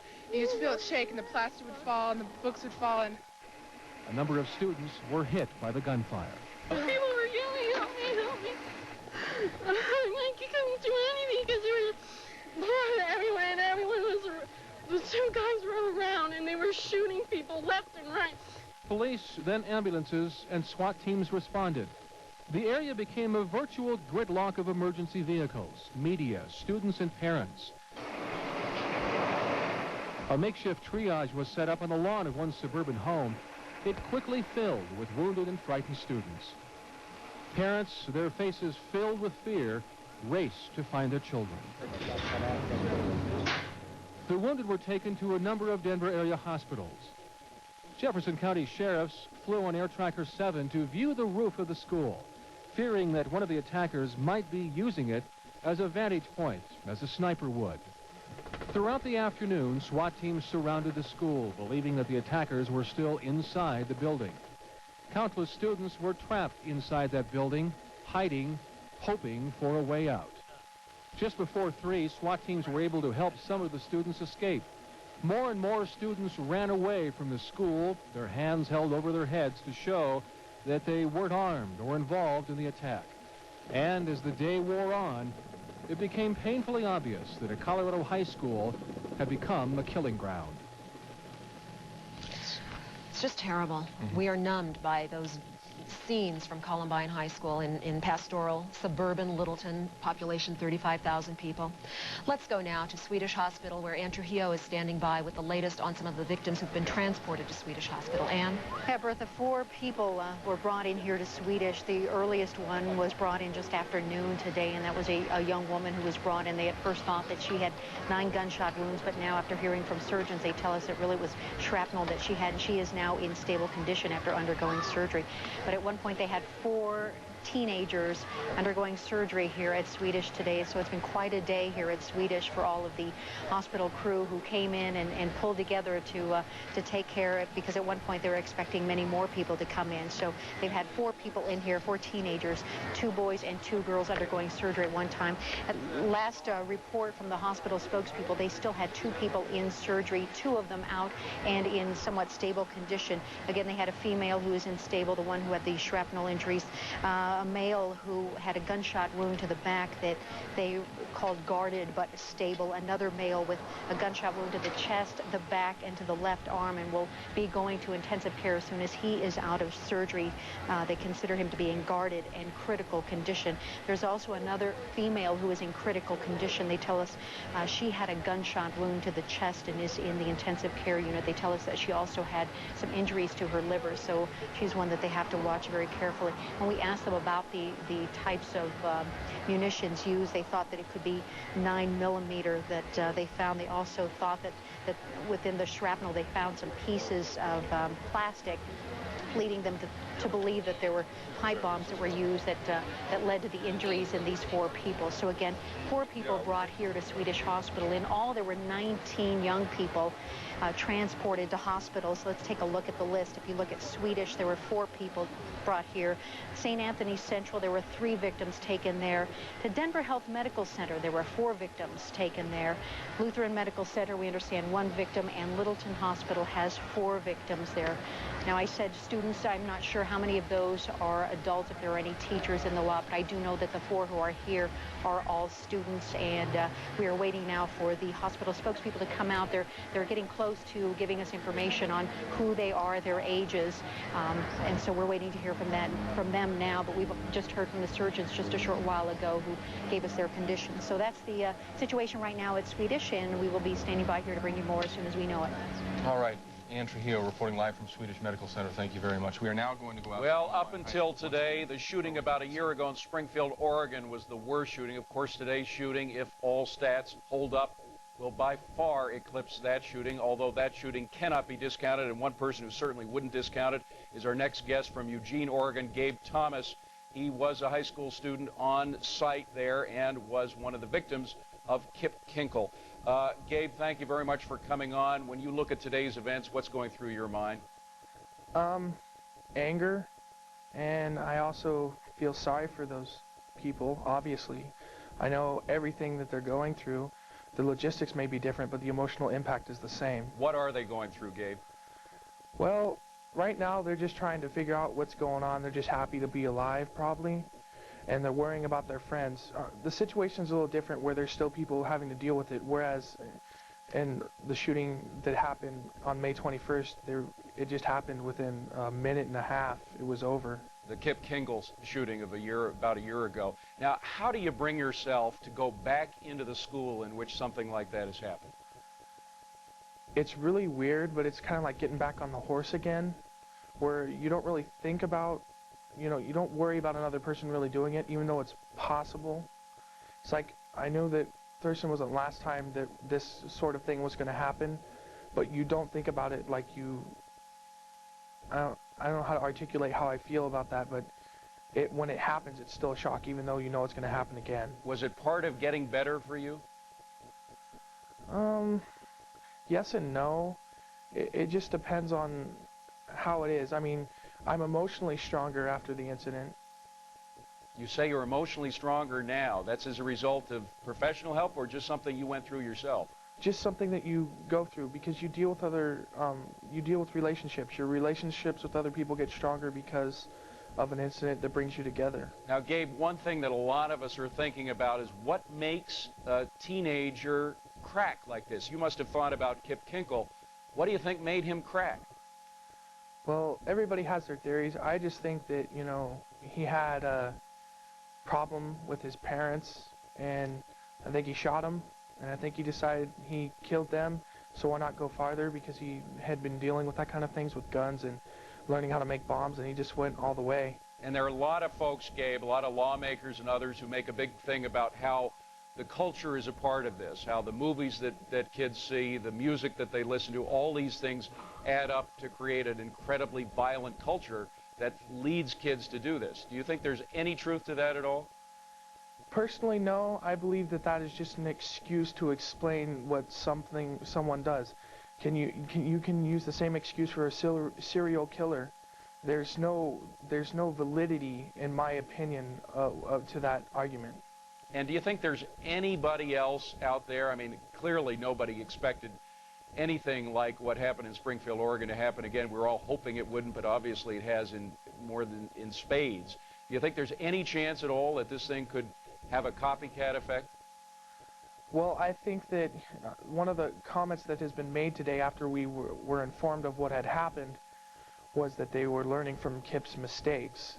There's 3 people now, and they're apparently a little smarter about how they went about exacting this crime. Is there anything that schools can do about this, Gabe? I think so. I think there needs to be a stronger message sent. I think that Kip Kinkle needs to be put away for a long time because the people that do this, it's romanticized, so they believe that in some way that they'll get away with it and have their small victory. I mean, Well, in this instance, of course, it was suicide. It was a suicide mission, as it's described now by police. Clearly, they didn't think they were going to get away with it. But you think it's important to lock up the people that we know who did it, like Kip Kinkle? Oh, yeah. All right. Well, listen, we thank you very much for joining us, Gabe. I know it's a tough day for you. It sort of brings to mind a lot of stuff you would wish to be forgotten and put away with. But we thank you very much for joining us from Eugene. Thanks, Gabe. Thank you. We're going to go back now to our coverage from KBGH television in Denver, live coverage of the events as they're unfolding now. Let's listen. The insight there on the police matters here at the scene. Let's go back to Sean and Bertha in the studio. All right, thank you very much, Mitch. We should remind you that there were close to 1,800 kids going to school at Columbine High School, and there were a good number of them inside when all of this started happening. That's right. We heard that there were as many as 900 in the school immediately after the first shots were fired. So they immediately took cover, those who could, and then others fled. We are going to find out now from Tom Green about some of the sporting events that have been canceled, impacted at least by the events today. Well, obviously in deference to what's going on at Columbine High School today, the Rockies have postponed tonight's game with the Montreal Expos that was supposed to start about 20 minutes ago. That game will instead be made up when the Expos come back into town in August. All right. Once again, they're talking now about Denver Nuggets canceling their game. This is WGBH television live coverage. This is recorded earlier, of course, earlier in the day, just after those awful events took place. Again, the gunmen apparently have killed themselves, but as many as 23 others have died with them as a result of their actions. Let's go back to the coverage, live coverage from KGBH television. The sports world affected and trying to show its compassion as far as what's going on today in our community. That's a real demonstration of sensitivity, and I'm sure a lot of people appreciate that. Yeah, and just common sense, too. I don't know how you could go out and enjoy a ball game tonight. There's just no way fans or players or anyone would really care enough about a baseball game or a basketball game tonight with what's going on at Columbine hitting so hard back at home. It's absolutely numbing. That's a sense that keeps coming back to me. Thank you so much, Tom. Thank you very much, Tom. We've been talking all afternoon with eyewitnesses who were inside the school when this horrific story started to unfold. We'd like to hear from them what happened. I was right in back of the school by the parking lot, by the student parking lot, and we heard what sounded like firecrackers. So we fell to the ground. We got back up. We saw a guy aim a gun at us and just start shooting. And we just fell to the ground again. When those stopped, we stood back up, and we saw some kids throwing bombs on the school, and that's when we just ran. Right after we saw them throw the bombs on the building, we ran past the soccer field to some guy's house, and then we just called the cops. The windows are all blown out, and they did a lot of shooting while they were in there.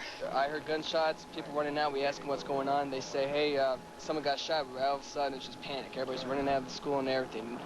And I couldn't tell you what else happened there. He was outside the door setting flares or fireworks or something on the walls to burn it or something. And they shot a couple more times. They're trying to get at the teacher, I bet, that they shot in the shoulder. This started out as a Tuesday, unfortunately, will be remembered by so many of us for so much more. That's right. Clearly, those people were bent on destruction, and they achieved it. Let's go now to Mitch out at the command post. Mitch?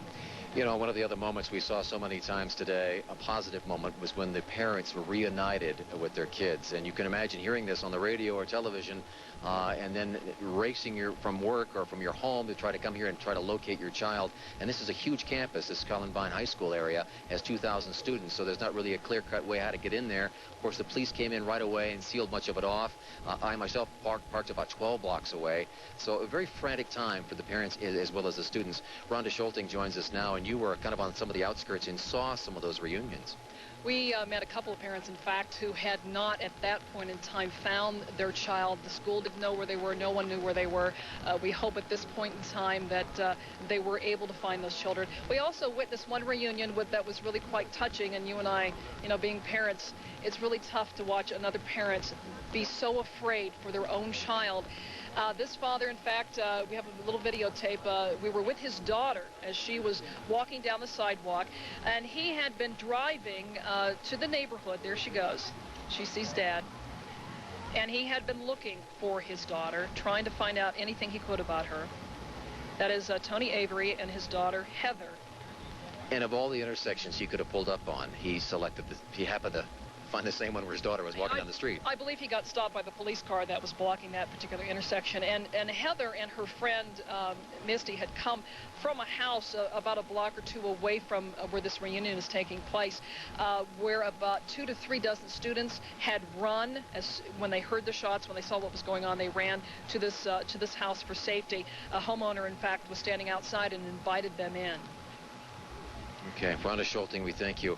One of the more touching moments today when parents and students and their sons and daughters are linked together after going sometimes hours without knowing whether their son or daughter made it out of all this. I can see off to the side here that Steve Davis with the Jeffco Police Department is getting ready for his next briefing. Give me a moment and we'll go to him. You recall the last time he gave one of these briefings about a half hour or so ago, he said that his latest figure was 25 dead. Is he going to be talking? No, he's got a little while to go. But let me give you a recap. 25 dead, but he said that number could go up or it could go down. He also confirmed for us there were 2 gunmen and not 3, as the police had once thought for a short time there. And he said that he was hopeful that that number of 25 would go down. Shauna Bertha, let's go back to you. We'll come back out here when Steve Davis and the police are ready to go. All right, thank you very much, Mitch. In the meantime, we are looking at possibly 25 deaths in relation to this horrific shooting out at Columbine High School. We would like to tell you about a memorial service which will be taking place tonight. And if we can get that information on screen, there we go. Light of the World Catholic Church at 7 o'clock tonight at 10306 West Bowles, Littleton. Okay, Mitch is standing by for us right now. He has that briefing out at the command site. Mitch? Yeah, this is Steve Davis who'll be talking here at Jeffco Police Department. Let's listen in.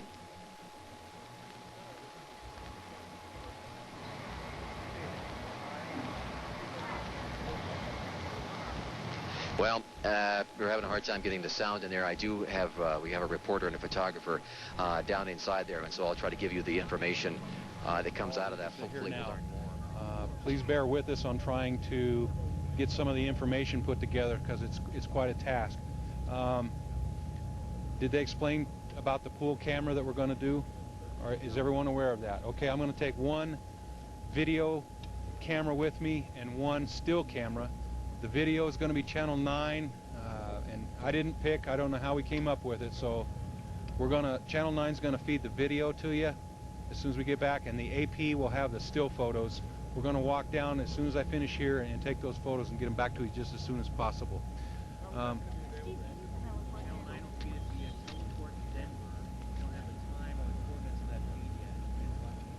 Channel 9 will feed it teleport in Denver.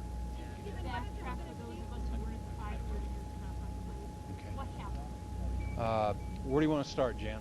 That gentleman was from the Jefferson County Information Service, again talking about what may be the worst single disaster, murder disaster in one day in American history.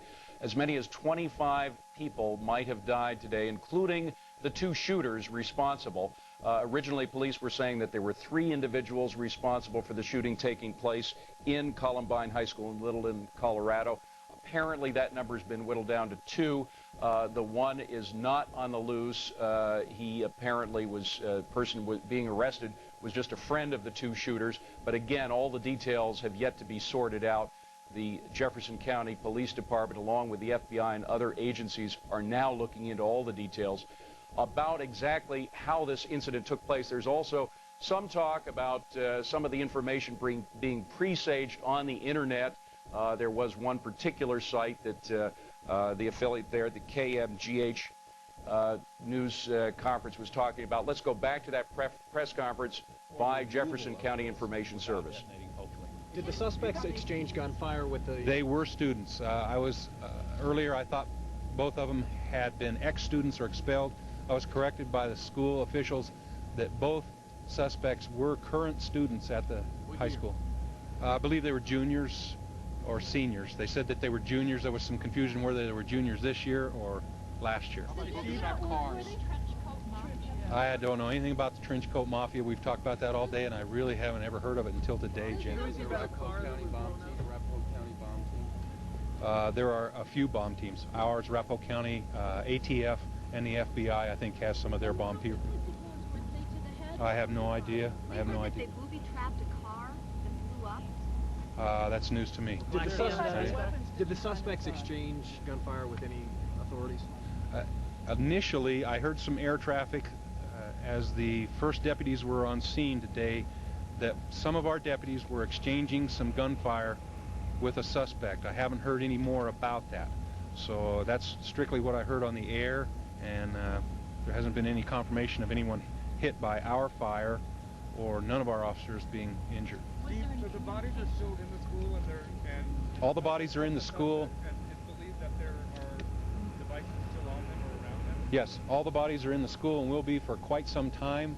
All the victims' bodies, including the suspects, will be in the school for quite some time until we remove them because of the massive amount of sketching and pictures and everything. We have to locate each body in the position that it's in, identify it, what room it's in, so it'll be quite some time. How many rooms? Accomplices. How about accomplices? Anybody else arrested? Anybody else implicated? There are some people that we are talking to, but they are not considered suspects in the incident that occurred today. They are only associates of our two suspects. How many? Two that I know of. I believe so, yes. Have any of the parents been notified yet? Has there been any identification of the bodies? I don't know that any parents have been notified. I would assume that we have some identification on some of the bodies, but I don't know which ones or in what room they were found. Any threats this morning, earlier this week? No, not that we're aware of. Was the on-campus security guard on campus when this happened? There's a campus security and there's also a deputy from our department assigned to this school, and I don't know if the deputy was at the school today or not. I haven't seen him here, so I... How many of these associates? No, there was no communication with the suspects that I'm aware of. Is everything confined to one part of the school, or is it just strewn out all over? It's spread out. There's quite a bit of the scene in the cafeteria area and then quite a bit of the scene in the library. I'm still working on getting some floor plans for all of you that we will release just as soon as I can get them. They're working on running them off up at the Golden office now. Was the cafeteria the first place hit? It's unknown what sequence they went in. And you said you're not sure yet, or it doesn't look like any of the dead and injured were hit by friendly fire, police? Yeah, there was no indication that any of the SWAT team members or initial responding deputies shot or hit anyone. Did any of these associates have any idea this is going to happen? Do you have any information like that? No, we don't. Have the suspect's parents been notified? I don't know. So there are metal detectors? Are there metal detectors in the school? I don't know. I really don't. Sir, are you still thinking that 25 is too high of a number of fatalities? That's hard to say. When the sheriff was here earlier and said that there could be upwards of 25 fatalities, it's possible. A few minutes after that, our investigators told me that they hoped that was high. And then a few minutes after that, I heard some other reports that made me think that maybe it's not high. So to pick a number, it'd be purely arbitrary of me. Pardon me? Would that include the two suspects? Yes. Is it just inside the building, or is that also among those who are at the hospital? No, that's just inside the building. Is it possible if faculty members are among the dead? Yes, it is possible. Yeah, It is unknown. You know the names, right, of the dead? The gun. Yes, we have names of suspects. Do you know if they have criminal records? I don't know. I don't know. Did they say anything when they started the shooting? Not that I've heard. I haven't heard any, at least from the students that we've talked to that were in there, I haven't heard anyone say that they heard any kind of verbal exchange or warning or anything from the suspects. Even until today, the school hadn't even had a student expelled for possessing a gun, right? I can't remember one. I've been on the department 20 years and I can't remember one, but that doesn't mean that it didn't happen. Have you ever seen anything like this in your career? If so? No, not in our jurisdiction.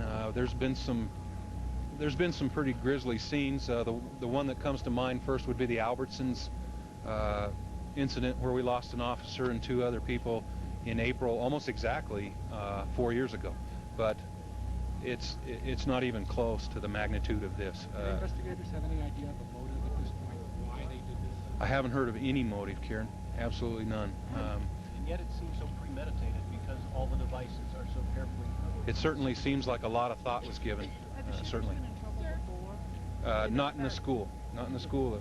School officials told me that they haven't had any problems with those students and that they haven't had much of a disciplinary record at all. Steve, Steve, are you worried about explosives anywhere other than around the school? Right now, no. There seems to be some type of devices or equipment to build devices at one of the homes that we're doing a search warrant on. But as far as the perimeter, if you're talking about the parking lots, would be as far as I know right now that we're concerned about. Are there any early indications that are there any early indications that there was a group targeted, a particular group out for jocks, possibly minorities? No, I haven't heard that, no. Steve, you said there was certainly a lot of thought that went into this. What shows you that they really premeditated this and planned this? I think to pack that much ammunition, if in fact we have that many victims and fatalities and explosive devices, it would take quite a bit of thought to carry that all in, how you're going to carry it in, where you're going to use it, what times the cafeteria is going to be busy, what times the library are going to be busy. So I think, yeah, it appears to me that a lot of thought was gone into it. How much Kieran, did you have something, Kieran? Yeah, what is the county and/or the school district doing now for the parents of some of the victims? Are they being taken to a church or to a common area? There are a couple of areas. Initially, we were using Leawood Elementary, and I also heard that Calvary Church at Coal Mine and Pierce is being used. I do know that there are some victim advocate people being brought in from around the metro area and also nationwide.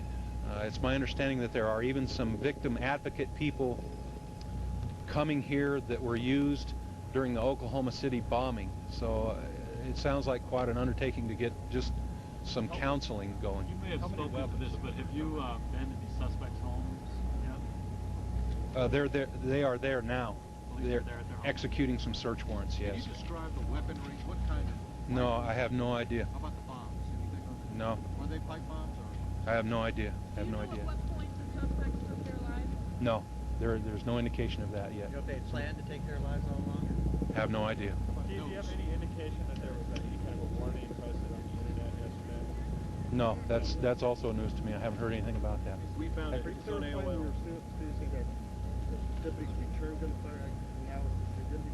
No, it's my understanding from hearing some air traffic while I was responding down here that one of the deputies had returned some fire, but I have no indication that anyone was hit from any officer's fire.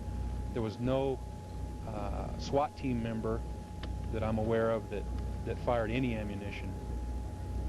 Sir, does it look like the placement of the devices around death cells and the building maybe trying to take some people out after they're deceased? I don't know. That's hard to say. The placement of them doesn't appear to be such that that they were trying to booby trap the building. But there are some devices that are close to, if not upon, the suspects' bodies. So are they being worked on right now, the bomb squads are trying to get? Yes, and there are still SWAT team members inside the school. Although we feel like it's empty, it's just a precautionary measure to run one last SWAT team through. No, none of the bodies will be moved or removed for quite some time. How many bodies are still in the school? Does Jeffco still have control of the incident, or has it been turned over to some other area? No, it's our investigation. We are getting quite a bit of cooperation from, like I said, over 24 agencies, but it is our investigation, yeah. How long did the gunfire last? Any news of evacuations of homes in the areas, perhaps, that's been involved with these suspects? I haven't heard of any. Are you fearful there could be explosive devices inside the homes of these suspects? Like I said, I think that they found some materials to build explosive devices in one of the homes, and if they decide to evacuate an area around that because of that, that's very possible, but I sure haven't heard about it yet. What does that mean for the parents later? Which parents? Of these suspects? Can they be charged with possession of explosives, intent to make explosives? Well, that's hard to say. I mean, if an investigation showed that they were aware of it, certainly. But they may not have been aware of it. Can we get your name and title again? I don't know. I hope soon. Name and title again? My name, Steve Davis. I'm a deputy sheriff with Jeffco. I am the public information officer for the Jefferson County Sheriff's Office. Heck of a nice guy. Thanks. How many bodies are still inside the school? I don't know how many, but all of them are still there. Nothing has been removed as far as any victims' bodies or suspects' bodies. So no confirmation on the number of dead? No. How long will they stay in that? Quite some time. I'm Hours or days? Hours. No, not days. Several hours before we get a complete sketch of the crime scene, a complete photograph log of everything and every body, where it is in relation to other bodies. I mean, it's quite a sketch that they're going to have to come up with. I know you said you're coming up with a map, but can you help us out a little bit about where this is proportion to like the parking lot where the cafeteria and library are? Is it toward the front of the campus in the parking lot? Or? Did you say you would have... You know, I haven't been inside the school for a few years, and I'm not sure exactly with, you know, I'd hate to steer you wrong. The commons area is in the southwest corner, and the library is right above it. I'll be back in... there was no exchange of fire. Did you have a floor plan or something? Not between SWAT. I'm trying to get one for you. Thanks. I appreciate it. There wasn't any exchange of fire between SWAT members and the suspects. And where's the cafeteria from No. those how locations? did SWAT Excuse me? choose that Cafeteria? time? Cafeteria is the same as the commons area. So it's the southwest corner of the school, and the library's on top of it. Right immediately above it, correct. As far as I know, no SWAT team members shot. No. I mean, SWAT team get in and found bodies, right? Right, with students.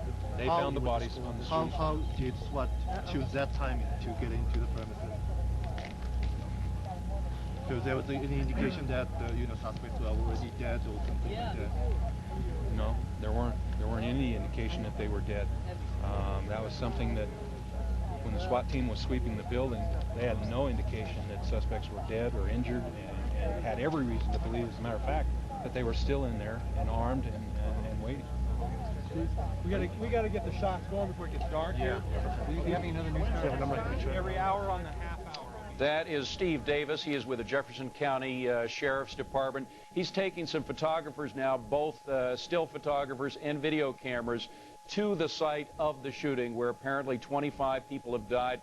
He said, among other things, that those 25 bodies have to remain in place at Columbine High School so that they can be identified, photographed, and it is still a crime scene, a very active crime scene. In fact, one got the impression that not the entire school had been combed, though they are apparently satisfied that the two suspects, the two shootings responsible for all these killings, are dead of self-inflicted wounds. They apparently shot themselves.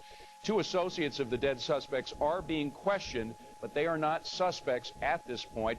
And this guy's not aware, Steve Davis from the Sheriff's Department there, is not aware of any prior threats made by suspects, even though there is some reporting tonight that there may have been a warning put up on an obscure website over the internet. Again, there is no direct awareness on the part of the Sheriff's Department that a prior threat had been made. Police had no communication today with the suspects, and indeed, he had no particular information. Even though they have the names of the suspects, they have no information where there were any prior arrests for those suspects, even though they do know where they are. And again, one of the suspects, at least one, they did find bomb-making materials in his house, and that house, and in fact the whole area, may be quadrant off. He didn't say whether it would specifically, but that is being considered right now.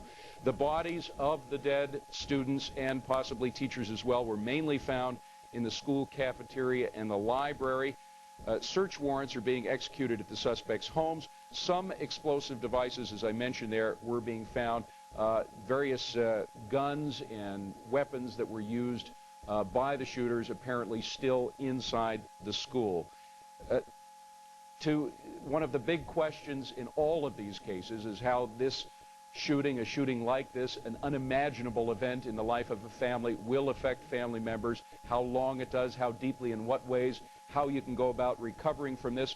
Margaret Ensley's had to deal with all of these incidences. Her son, Michael, was killed at the age of 17 in school. She is part of Mothers Against Violence in School, and she joins us now from the Los Angeles Bureau of Fox News Channel.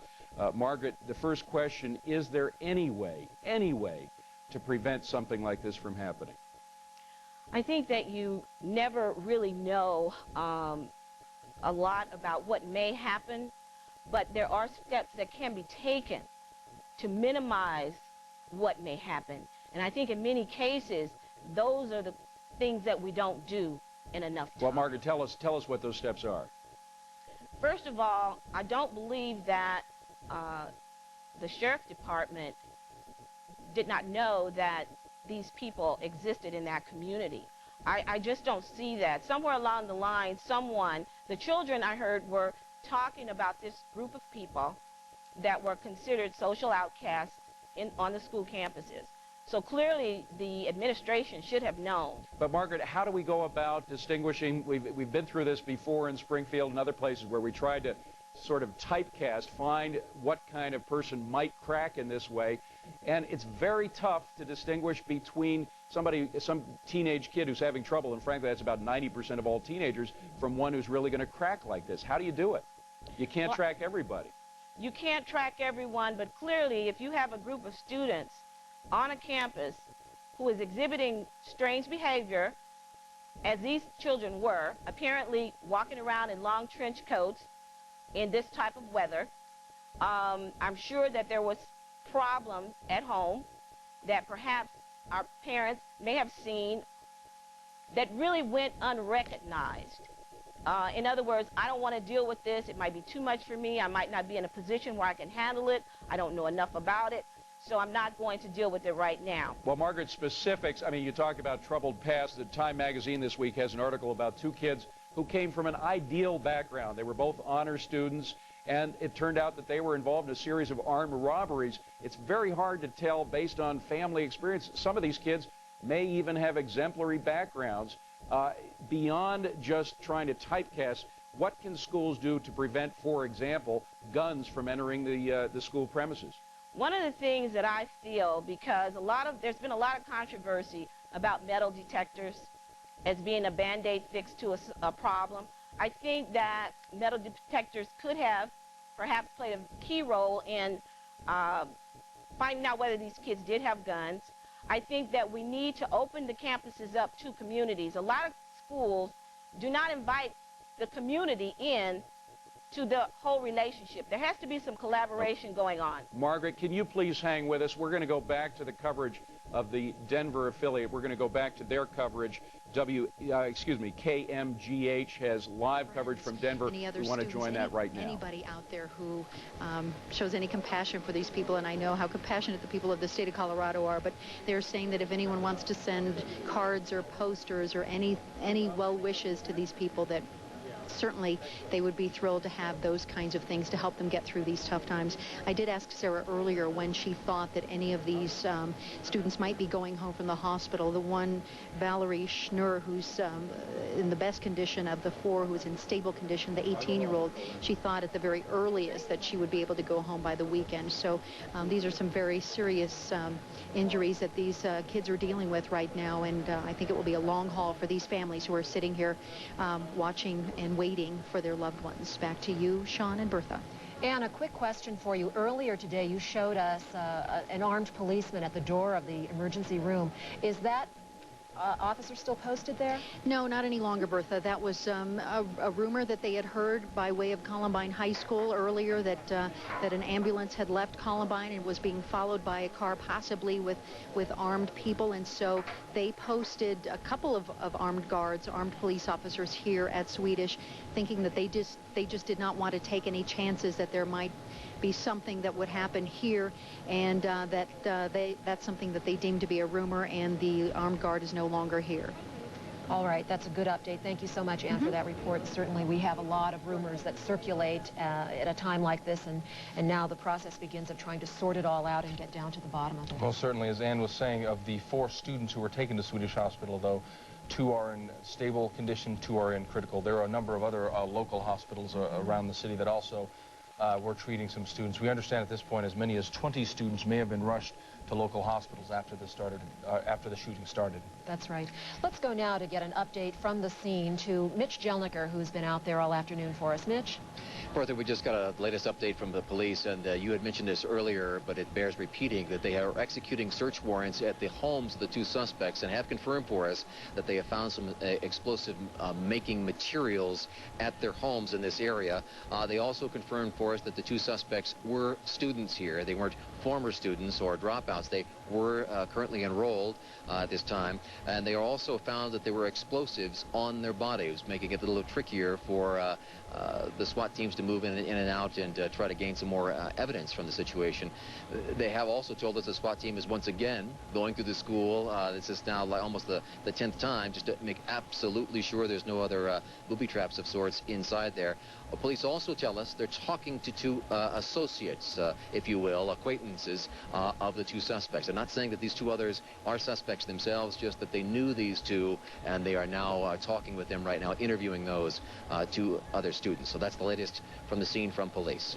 Mitch, I have a quick question for you. Could you set the scene for us out there right now? I know earlier in the day when we first started covering the story, it was very hectic, very frantic back there. You could see people moving all about, police officers and such. Are police doing anything out there? What exactly is the scene right now? Well, it is thinned out somewhat, and keeping in mind, too, that this is a pretty broad area, and remember, Columbine High School is a sizable campus, and so there were hundreds and hundreds of police and people here. Obviously, all right, that is KMGH talking about students there. Alicia Acuna is on site in Littleton with one of the students who was there when this massacre took place. Alicia? Yes, David, I'm here with Josh Nielsen. He's a junior here at Columbine High School, and he was inside the school when the whole situation started to unfold. Josh, can you tell me, where were you? What did you hear and see as it all came about? I was in the tech lab.